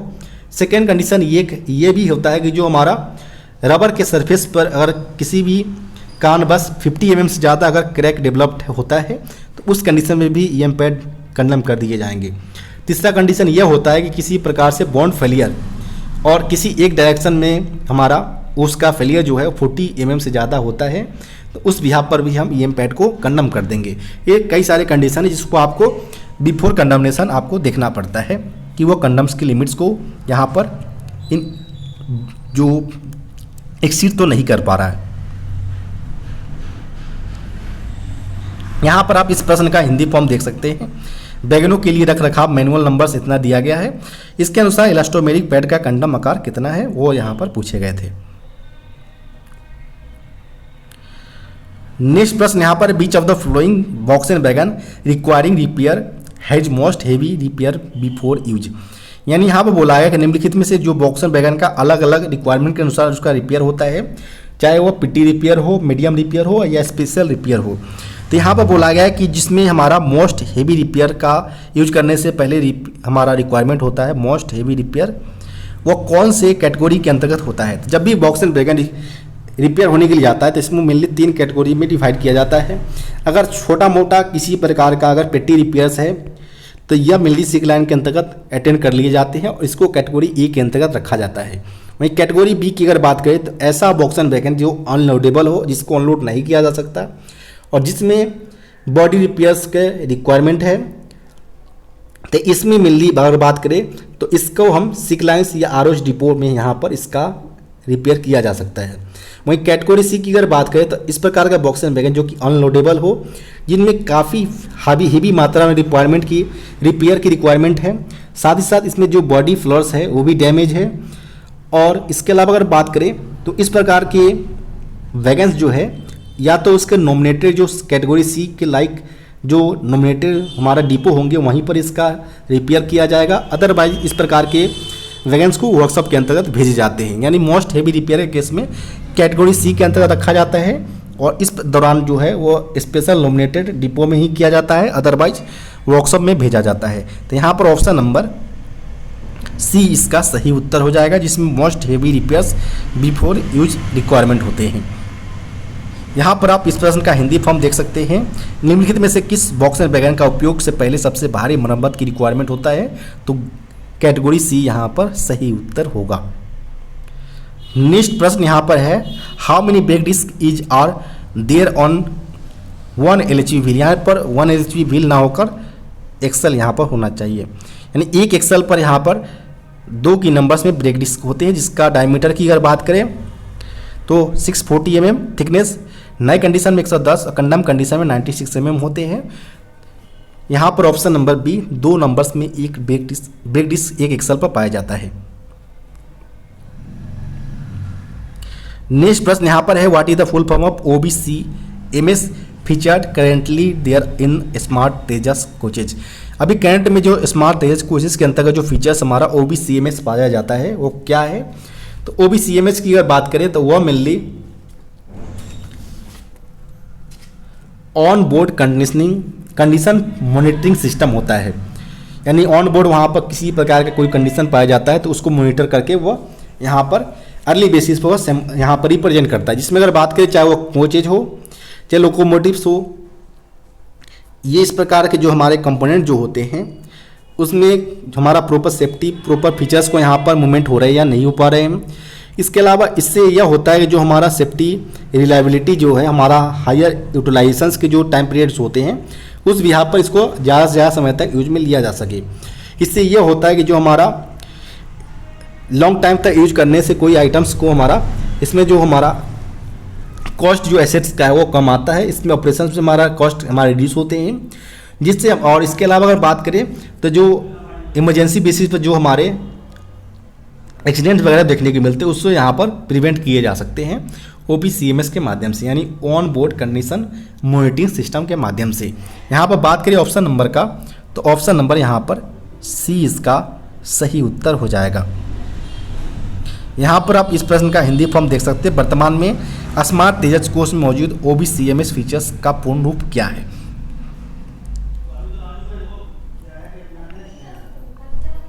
नेक्स्ट प्रश्न यहाँ पर बात करिए अगर तो नेक्स्ट प्रश्न पूछे गए हैं, soft schedule 3 in LHV coach is done after dash years. जो सॉफ्ट शेड्यूल 3 जो वर्कशॉप के अंतर्गत किए जाते हैं वह मेनली 6 ईयर्स या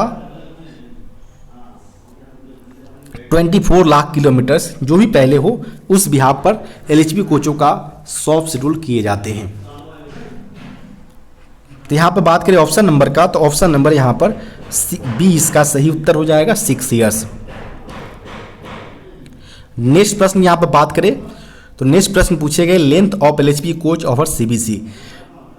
सेंटर बफर कपलर के बिहार पर जो LHV का लंबाई पूछा गया कोचों का, तो लेंथ ओवर बॉडी की अगर बात करें, body to body head stock का डिस्टेंस जो होता है वो 23,540 mm होता है LHV कोचों केस में। वहीं अगर आपसे लेंथ ओवर कपलर पूछा जाता है तो 24,000 होता है। बिड्थ ओवर बॉडी की अगर बात करें चौड़ाई का तो यह मेनली 3240 mm इसका बिड्थ होता है कोचेस का।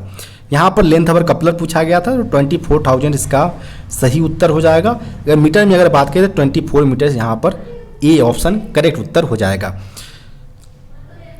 नेक्स्ट प्रश्न यहाँ पर बात करें अगर तो नेक्स्ट जो प्रश्न पूछे गए हैं, in a LHV coach if brake indicator is red this means. अगर LHV कोच में जो ब्रेक इंडिकेटर लगा होता है वो अगर रेड शो कर रहा है तो इसका मतलब है कि वह अप्लाइड कंडीशन में करंट में वह इंडिकेट कर रहा है। यहाँ पर बात करें तो brake in is in applied condition, option number ए।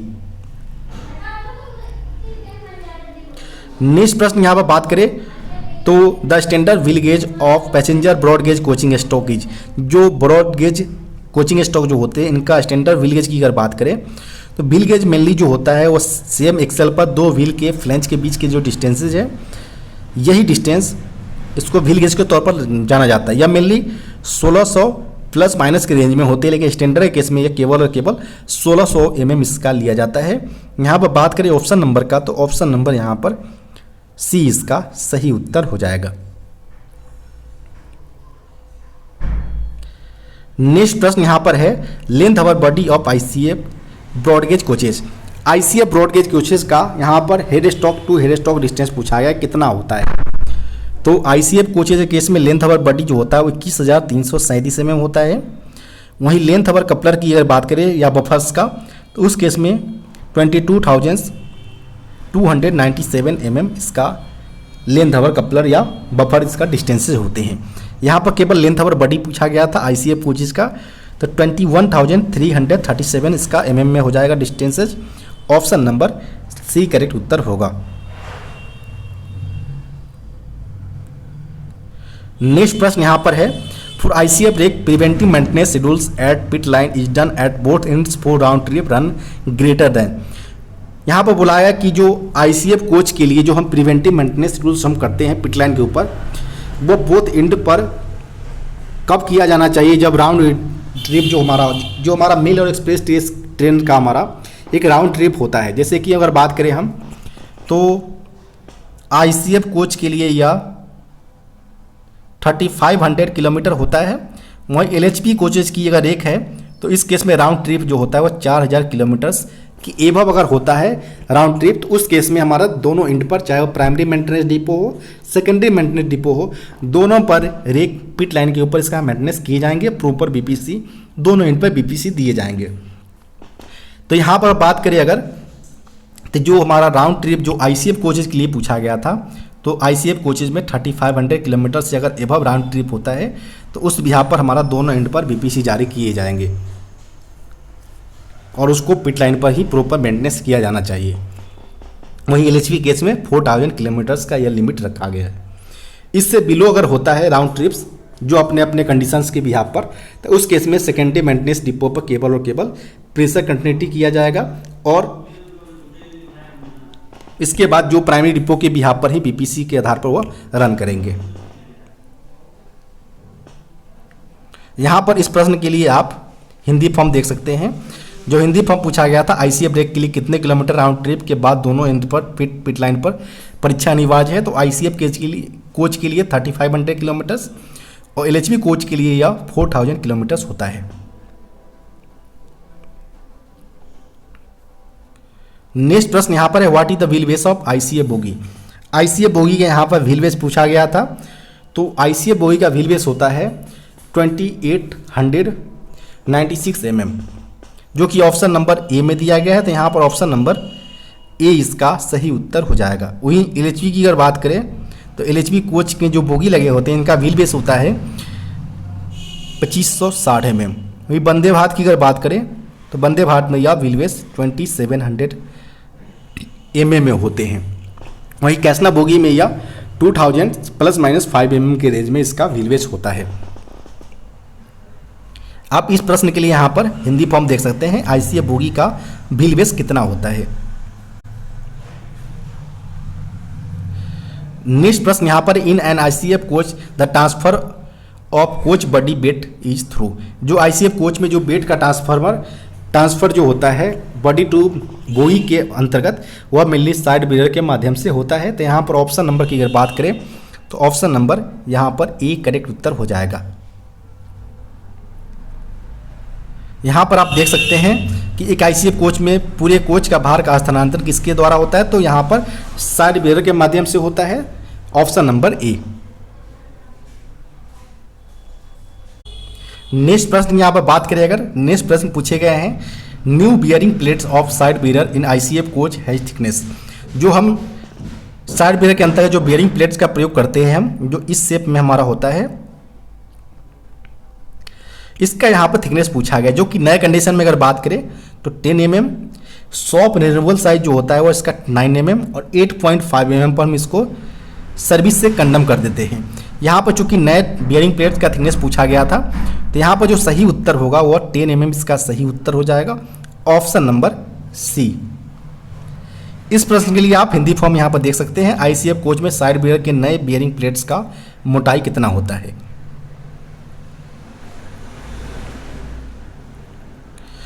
यहाँ पर size of new bearing piece पूछा गया है side barrier in ICF coaches के अंतर्गत। तो जो बियरिंग पीस होता है वह सिंपली अर्धगोलीय शेप में होता है और इसका नए कंडीशन में जो होता है वो 45 mm। शॉप रिन्यूएबल साइज की अगर बात करें तो 43.5 mm, कंडम कंडीशन में जब 42 mm होता है। तो नए साइज में पूछा गया था तो 45 mm इसका सही उत्तर हो जाएगा, ऑप्शन नंबर ए। यहाँ पर इस प्रकार का प्रश्न का आप हिंदी फॉर्म देख सकते हैं, आईसीएफ कोच में साइड बियर के नए बियरिंग पीस का साइज क्या है। नेक्स्ट प्रश्न यहाँ पर है, what is the periodicity of for IOH of ICF coaches.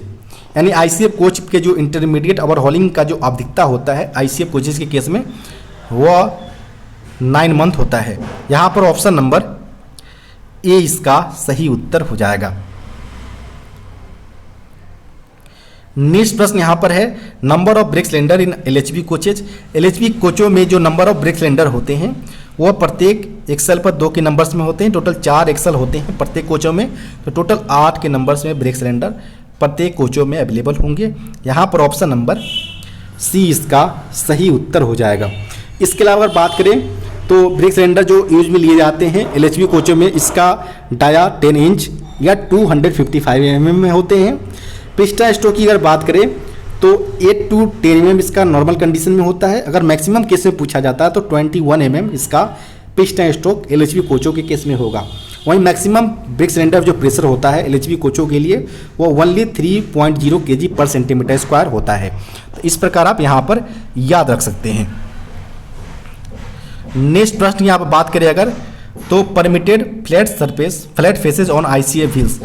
ICF wheels पर यहाँ पर फ्लैट प्लेस जो होता है, जो हम टायर डिफेक्ट गेज के माध्यम से हम मेजर करते हैं, तो यहाँ पर बोला गया है कि जो फ्लैट सरफेस जो मेजर करते हैं वो 50 mm मेनली कोचेज के लिए होता है, और 60 mm की अगर बात करें तो यह मेनली वैगनिक केस में लिया जाता है। तो यहाँ पर केवल कोचेज के केस में पूछा गया था, 50 mm यहाँ पर करेक्ट उत्तर हो जाएगा, ऑप्शन नंबर बी। नेक्स्ट प्रश्न यहाँ पर है, at what interval the intensive cleaning of any coach is done. किसी भी कोच का जो इंटेंसिव क्लीनिंग होता है वो कितने अंतराल पर किया जाता है, तो वह 1 मंथ के इंटरवल पर किया जाता है, 1 महीने के अंतराल पर। यहाँ पर ऑप्शन नंबर ए इसका सही उत्तर हो जाएगा।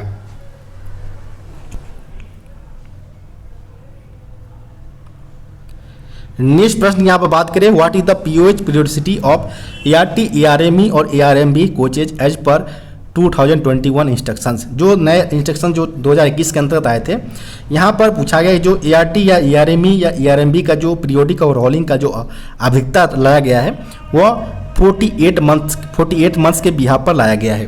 तो यहाँ पर ऑप्शन नंबर की अगर बात करें तो ऑप्शन नंबर यहाँ पर डी इसका सही उत्तर हो जाएगा, 48 मंथ्स। नेक्स्ट प्रश्न यहाँ पर बात करें, which of the following often referred as heart of the airbag system. निम्नलिखित में से किसको सामान्यतः यानी और कभी कभार एयरबैग सिस्टम के हार्ट के रूप में लिया जाता है, तो वह एक डीबी यानी डिस्ट्रीब्यूटर वाल्व होते हैं, जिसके माध्यम से जो ब्रेक सिलेंडर का प्रेशर आता है वहाँ से हमारा एज पर हमारा ब्रेक अप्लाई करना हो या रिलीज करना हो वो हमारा डीबी सेंस करता है, और उसी बिहार पर हमारा गाड़ी में ब्रेकिंग हो या रिलीजिंग हो वो सारे फंक्शन हमारे होते हैं। इसीलिए अक्सर हम heart of the brake system हम डिस्ट्रीब्यूटर वाल्व को यहाँ पर कंसीडर करते हैं। तो यहाँ पर ऑप्शन नंबर जो होगा वो ऑप्शन नंबर डी इसका सही उत्तर हो जाएगा। नेक्स्ट प्रश्न यहाँ पर है, wheel tapping is done to detect. Wheel tapping जो हम करते हैं व्हील्स हैमर के माध्यम से, वो मेनली किसी प्रकार का हेयर क्रैक्स हमारा चक्कों के ऊपर है तो उसको आइडेंटिफाई करने के लिए किया जाता है।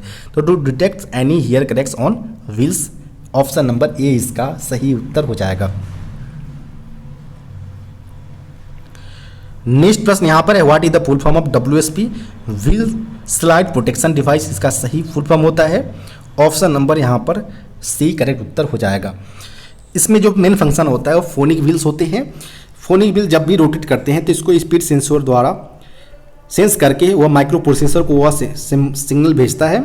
माइक्रो प्रोसेसर सिग्नल को सेंस करते हैं, और जब भी सर्विस एप्लीकेशन यहाँ पर किया जाता है तो उस दौरान हमारा डंप वाल्व को सिग्नल भेजा जाता है। डंप वाल्व के बिहाफ पर ब्रेक सिलेंडर को रेगुलेट किए जाते हैं और व्हील को स्लाइड होने से बचाया जाता है, और उसी अनुसार वहाँ पर ब्रेक सिलेंडर में प्रेशर भेजना हो, एग्जॉस्ट करना हो, सारे फंक्शन डंप वाल्व के माध्यम से किया जाता है।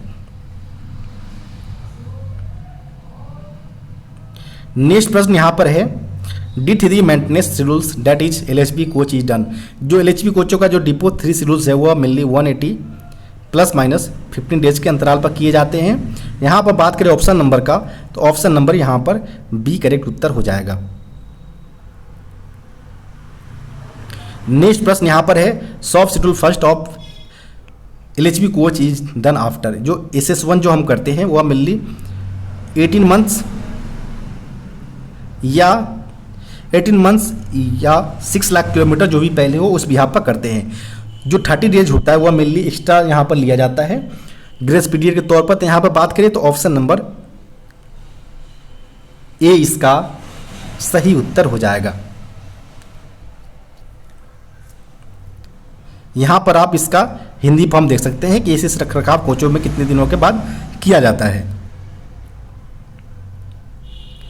नेक्स्ट प्रश्न की बात करें, पूछे गए जब maximum standard buffer height above rail level to centre of buffers के सेंटर्स का यहाँ पर हाइट पूछा गया है एबव रेल लेवल से, तो यह मेनली मैक्सिमम केस में 1105 mm होते हैं। यहाँ पर बात करें ऑप्शन नंबर का, तो ऑप्शन नंबर यहाँ पर सी करेक्ट उत्तर हो जाएगा।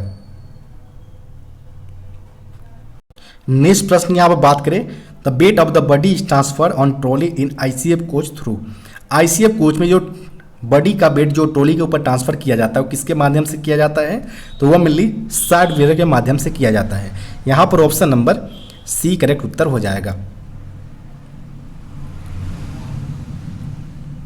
नेक्स्ट प्रश्न यहाँ पर है, permissible variation in wheel tread diameter for the same axle in broad gauge coaches और वैगन्स में सेम एक्सल पर जो हमारा 0.5 mm का ही डिफरेंस होता है। इसके अलावा ट्रॉली में अलग अलग यहाँ पर चेंजेस देखने को मिल सकते हैं। यहाँ पर कोचेज के केस में पूछा गया था सेम एक्सल के ऊपर, तो यहाँ पर 0.5 mm इसका सही उत्तर हो जाएगा, ऑप्शन नंबर ए।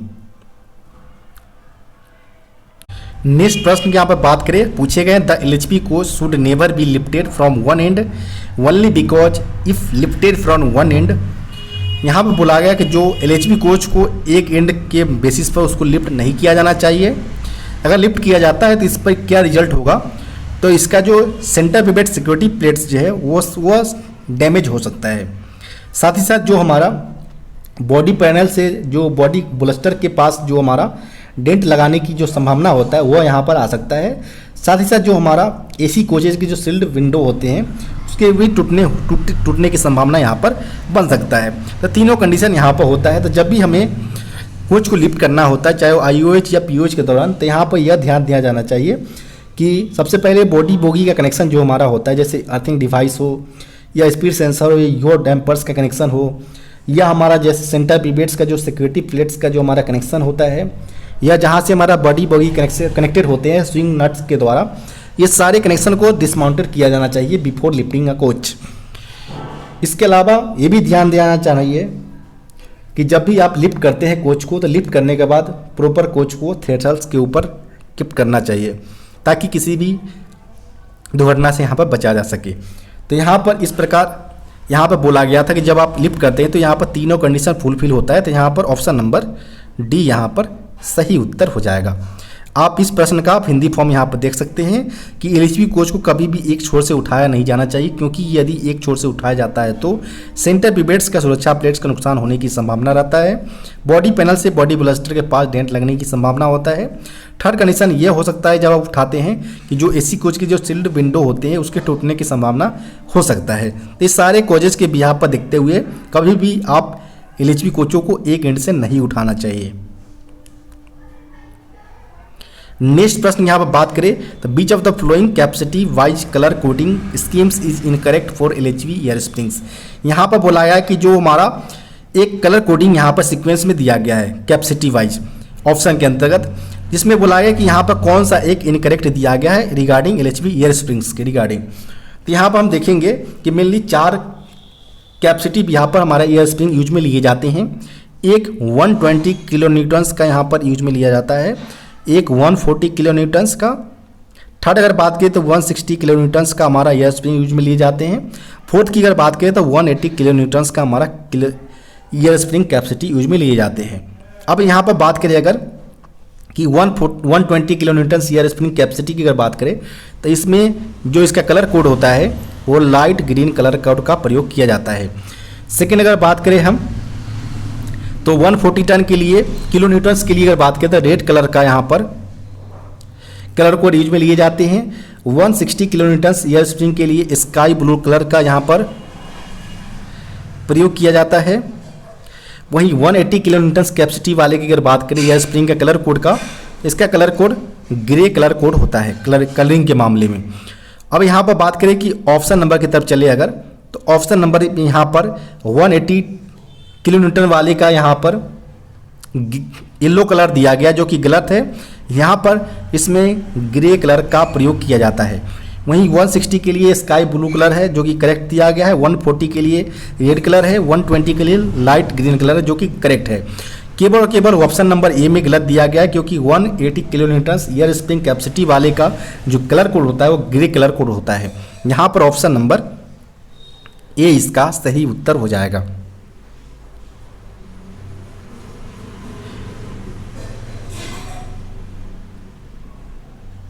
नेक्स्ट जो प्रश्न पूछे गए हैं, as per RDSO instructions issued in 2019 which of the following is true about the dump valves choke size.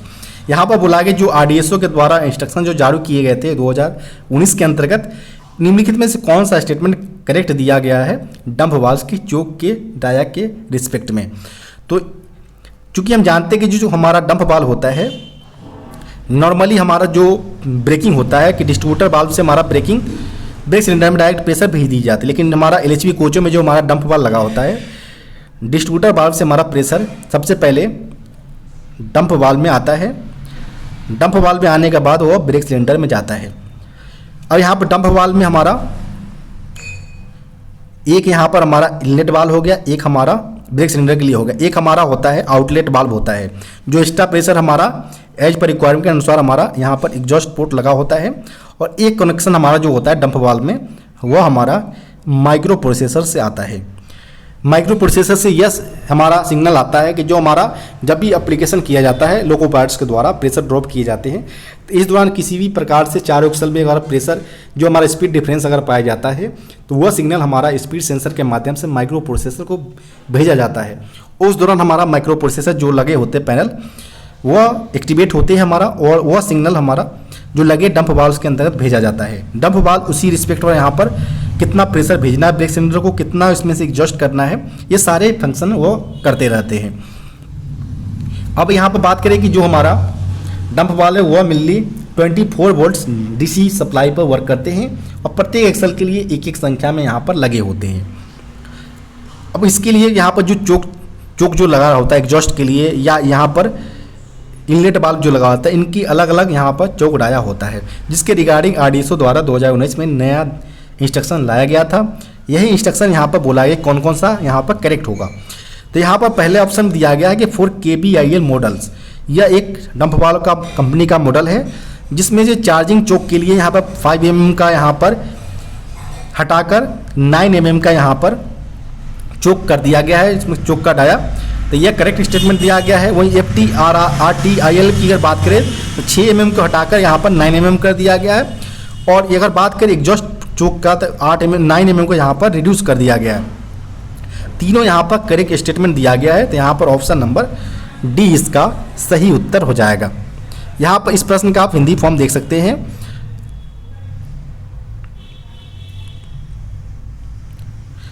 Next प्रश्न यहाँ पर बात करें अगर तो नेक्स्ट प्रश्न पूछे गए हैं which of the following is correct about the CBC coupler of LHB coaches.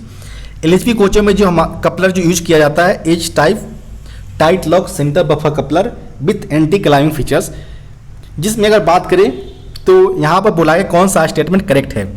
तो इट कंबाइंस द ड्रॉ एवं buffing ports in one.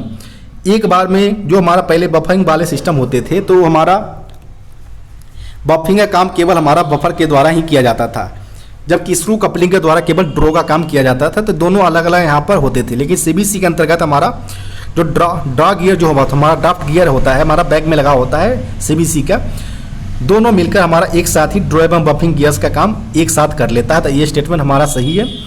It can transmits both the tensile and compressive forces. Tensile जो हमारा strokes होता है वो 58 mm होता है। Compression stroke की अगर बात करें तो 80 mm होता है, यानी दोनों ट्रांसमिट से कर लेता है। Bye it's special design it hinders the climbing of the vehicles in case of accidents. इनमें एक स्पेशल डिजाइंस होते हैं, वो मिली जब भी एक्सीडेंट वगैरह होते हैं तो एक दूसरे के ऊपर कोच को नहीं चढ़ने देते हैं, प्रोटेक्ट करते हैं। तो यहाँ पर all of the above statement are correct हो जाएगा, ऑप्शन नंबर डी। यहाँ पर आप हिंदी फॉर्म में इसका देख सकते हैं, जो एलएचयू कोचों के अंतर्गत कपलर्स के अंतर्गत कुछ स्पेशल फीचर्स होते हैं। नेक्स्ट प्रश्न यहाँ पर है, what is the thickness of roof seat in ICF coaches. ICF coach में जो रूफ सीट्स होता है उसका यहाँ पर थिकनेस पूछा गया है। तो आईसीएफ कोच में साइड बाल्ब हो या रूफ सीट हो, दोनों के लिए मेनली कॉटन स्टील यानी IRSM 41 का प्रयोग किया जाता है। IRSM 41 जिसे हम कॉटन स्टील के तौर पर बोला जाता है। साइड वाल की अगर बात करें थिकनेस का तो 2 mm थिकनेस होता है, जबकि रूफ का थिकनेस की बात की जाए तो 1.6 mm होता है। तो यहाँ पर बात करें ऑप्शन नंबर का, जो रूफ के थिकनेस के लिए पूछा गया था तो 1.6 mm, ऑप्शन नंबर डी इसका सही उत्तर हो जाएगा। यहाँ पर आप हिंदी फॉर्म में देख सकते हैं आईसीएफ कोच की छत की सीट की मोटाई कितनी होती है, तो 1.6 mm made of cotton steel that is IRSM 41। Next प्रश्न यहाँ पर है, OMRs का फुल फॉर्म पूछा गया है। तो online monitoring of rolling stock होता है। इसके अंतर्गत मेनली 2 फंक्शन होते हैं, WCM यानी व्हील कंडीशन मॉनिटर्स होते हैं, और सेकेंड अगर बात करें तो रेल वार्म होता है, जैसे रेल बियरिंग एकॉस्टिक मॉनिटर, यानी बियरिंग में किसी प्रकार का डिफेक्ट्स आता है उसको भी आइडेंटिफाई करता है, और व्हील के अंतर्गत कुछ डिफेक्ट्स पाया जाता है तो अर्ली बेसिस पर यह आइडेंटिफाई करके किसी दुर्घटना का न बन सके तो उस बिहार पर यह फंक्शन करता है। ऑटोमेटिक रूप से यह सिग्नल को एक जगह से दूसरी जगह ट्रांसमिट करते हैं। तो यहाँ पर बात करें तो online monitoring of rolling stock, option number की अगर बात करें तो ऑप्शन नंबर यहाँ पर बी इसका सही उत्तर हो जाएगा। नेक्स्ट प्रश्न यहाँ पर है, in North Eastern Railway which division is first to install the OMRS। North Eastern Railway के अंतर्गत कौन सा डिवीजन जो है जो सबसे पहला है जो OMR सिस्टम को इंस्टॉल किया है, तो वो लखनऊ डिवीजन के द्वारा OMR सिस्टम को इंस्टॉल कर दिया गया है। नेक्स्ट प्रश्न की बात करें तो SAB adjust clearance between, SAB जो है स्लैकलेस बैरल, वह मेनली व्हील ट्रेड एवं ब्रेक ब्लॉक के बीच के क्लियरेंस को यह एडजस्ट करने का काम करते हैं। यहाँ पर ऑप्शन नंबर ए इसका सही उत्तर हो जाएगा। नेक्स्ट प्रश्न यहाँ पर है, the colour of 4 feet pipe in twin pipe wagon. Twin pipe wagon के अंतर्गत जो हमारा फीट पाइप होता है वह वाइट कलर का होता है और इसमें 6 kg का प्रेशर होता है। यहाँ पर ऑप्शन नंबर डी करेक्ट उत्तर हो जाएगा। यहाँ पर ब्रेक पाइप का कलर कोड पूछा गया जो कि ग्रीन कलर होता है, 5 kg का प्रेशर इसके अंतर्गत अलाउ होते हैं। तो यहाँ पर ऑप्शन नंबर सी करेक्ट उत्तर हो जाएगा। नेक्स्ट प्रश्न यहाँ पर है, what is the full form of IRCA। IRCA का फुल फॉर्म होता है इंडियन रेलवे कॉन्फ्रेंस एसोसिएशन होता है। इसमें अंतर्गत मेनली 4 पार्ट्स होते हैं, जिसमें मेनली पार्ट 3 में 4 वैगन स्टॉक के लिए होता है, पार्ट 4 होता है वो कोचिंग स्टॉक के लिए होता है। दोनों पार्ट्स के अंतर्गत 4-4 चैप्टर्स होते हैं, जिसमें डिफिनीशंस हो या रिपेयर प्रैक्टिस के लिए हो या किसी प्रकार का ओपन लाइन्स के लिए कोई मेंटेनेंस प्रैक्टिस हो या रिजेक्शन रूल्स वगैरह, ये सारे 4 चैप्टर्स के अंतर्गत प्रत्येक पार्ट्स के अंतर्गत मेंशन होते हैं। यहाँ पर बात करें ऑप्शन नंबर का तो ऑप्शन नंबर यहाँ पर ए इंडियन रेलवे कॉन्फ्रेंस एसोसिएशन इसका सही उत्तर हो जाएगा। नेक्स्ट प्रश्न यहाँ पर है, what is the location of safety bulbs fitted in liquefied petroleum gas tank wagon. जो BTP GLN जो टैंक होता है liquefied petroleum gas tank wagon, इसमें यहाँ पर लोकेशन सेफ्टी बाल्ब का पूछा गया है कहाँ पर लगा होता है।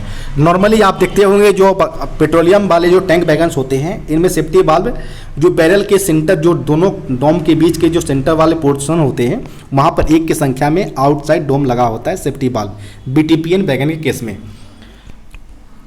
तो यहाँ पर बात करें अगर कि जो गैस टैंक के केस में यह नहीं होता है, यह मेनली जो डोम कवर लगा होता है यह डोम कवर के अंतर्गत ही ये सेफ्टी वाल्व दोनों डोम के अंतर्गत दिया जाता है, जिसका काम होता है कि जब भी एक्सेस प्रेशर इसके अंतर्गत बनता है तो उसके बाद इसको वो एडजस्ट कर देता है एटमॉस्फेयर में।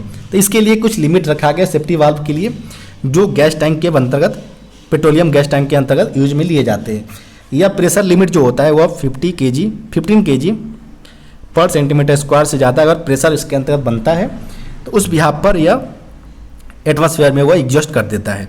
और इसका नंबर्स प्रत्येक BTP GLN वैगन के अंतर्गत 2 के नंबर्स में सेफ्टी वाल्व होता है, 1 फॉर ईच डोम, इनसाइड डोम यहाँ पर बोल सकते हैं आप। ऑप्शन नंबर यहाँ पर ए इसका सही उत्तर हो जाएगा। 15 kg पर सेंटीमीटर स्क्वायर पर यह प्रेशर लिमिट सेट होता है।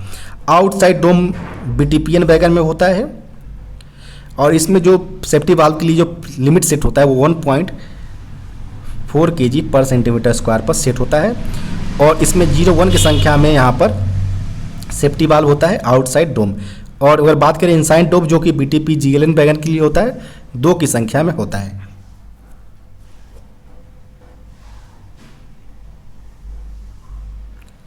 नेक्स्ट प्रश्न यहाँ पूछा गया है, भारतीय संविधान में कितनी भाषाओं को स्वीकृत है? तो भारतीय संविधान जो कि ऑफिशियल लैंग्वेज का प्रश्न है यहाँ पर, तो अभी करंट में 22 लैंग्वेज को यहाँ पर शामिल किया गया 8वीं अनुसूची के अंतर्गत, जिसमें एकमात्र फॉरेन लैंग्वेज नेपाली लैंग्वेज को यहाँ पर शामिल किया गया है।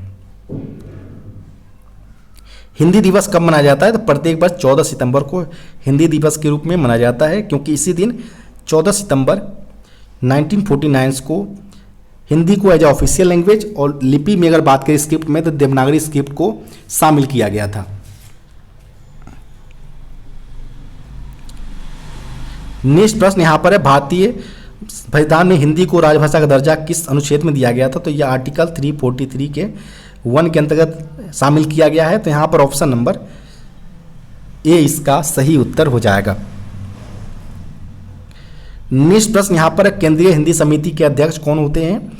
तो केंद्रीय हिंदी समिति के अध्यक्ष प्राइम मिनिस्टर यानी प्रधानमंत्री होते हैं। अगर आपसे डिप्टी चेयरमैन पूछा जाता है तो इस केस में होम मिनिस्टर इसका डिप्टी चेयरमैन होंगे सेंट्रल हिंदी कमेटी का।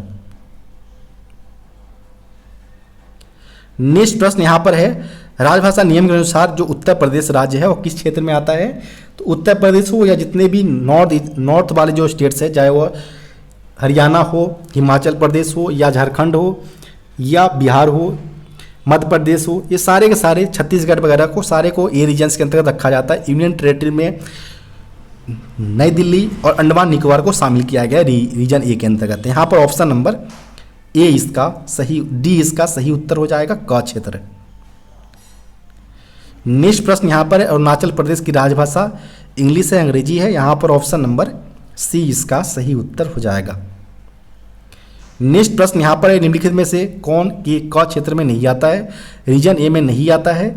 तो गुजरात, महाराष्ट्र, पंजाब ये सारे के सारे जो है वह बी रीजन्स के अंतर्गत आने वाले हैं। तो यहाँ पर बात करें ऑप्शन नंबर का, तो हिमाचल प्रदेश ए रीजन्स, उत्तर प्रदेश ए रीजन्स, यूनियन टेरेटरी जो अंडमान निकोबार है वो रीजन ए के अंतर्गत आता है। यहाँ पर गुजरात स्टेट जो है वो रीजन बी के अंतर्गत आते हैं। नेक्स्ट प्रश्न यहाँ पर है, संसदीय राजभाषा समिति गठन वर्ष डैश में किया गया था? तो यह 1976 के अंतर्गत यहाँ पर संसदीय राजभाषा समिति का गठन किया गया था। तो ऑप्शन नंबर सी करेक्ट उत्तर हो जाएगा। निम्नलिखित में कौन सा ख क्षेत्र में नहीं आता है? तो छत्तीसगढ़ यहाँ पर ए रीजन्स का पार्ट है, तो यहाँ पर ऑप्शन नंबर ए इसका सही उत्तर हो जाएगा। इसके अलावा ख क्षेत्र के जो अंतर्गत आता है बी रीजन के अंतर्गत, इसमें महाराष्ट्र, पंजाब, गुजरात, इसके बाद दादर और नगर हवेली, चंडीगढ़, दमन दीव ये यूनियन टेरेटरी है, यह सारे के सारे बी रीजन के अंतर्गत आते हैं। नेक्स्ट प्रश्न यहाँ पर है, संसदीय राजभाषा समिति में कुल कितने सदस्य होते हैं? यहाँ पर पार्लियामेंट्री ऑफिशियल लैंग्वेज कमेटी के बारे में पूछा गया है, जिसमें अगर बात करें तो टोटल 30 मेंबर्स होते हैं। 20 मेंबर्स लोकसभा से आते हैं, 10 मेंबर्स राज्यसभा से। अगर बात इसके अध्यक्ष की अगर बात की जाए तो होम मिनिस्टर इसके चेयरपर्सन होते हैं। इसमें टोटल 3 सब कमेटी इसके अंतर्गत होते हैं, जिसमें सेकेंड सब कमेटी जो होते हैं वो रेलवे मिनिस्ट्री के इंस्पेक्ट करते हैं। आपको वीडियो कैसा लगा आप कमेंट बॉक्स में बता सकते हैं। साथ ही साथ वीडियो को लाइक एवं चैनल को सब्सक्राइब करना न भूलें। अगर आपके पास भी कोई ऐसा पेपर है जिसका आप सॉल्यूशन चाहते हो तो डिस्क्रिप्शन बॉक्स में दिए गए व्हाट्सएप नंबर पर अपना पेपर भेज सकते हैं। धन्यवाद।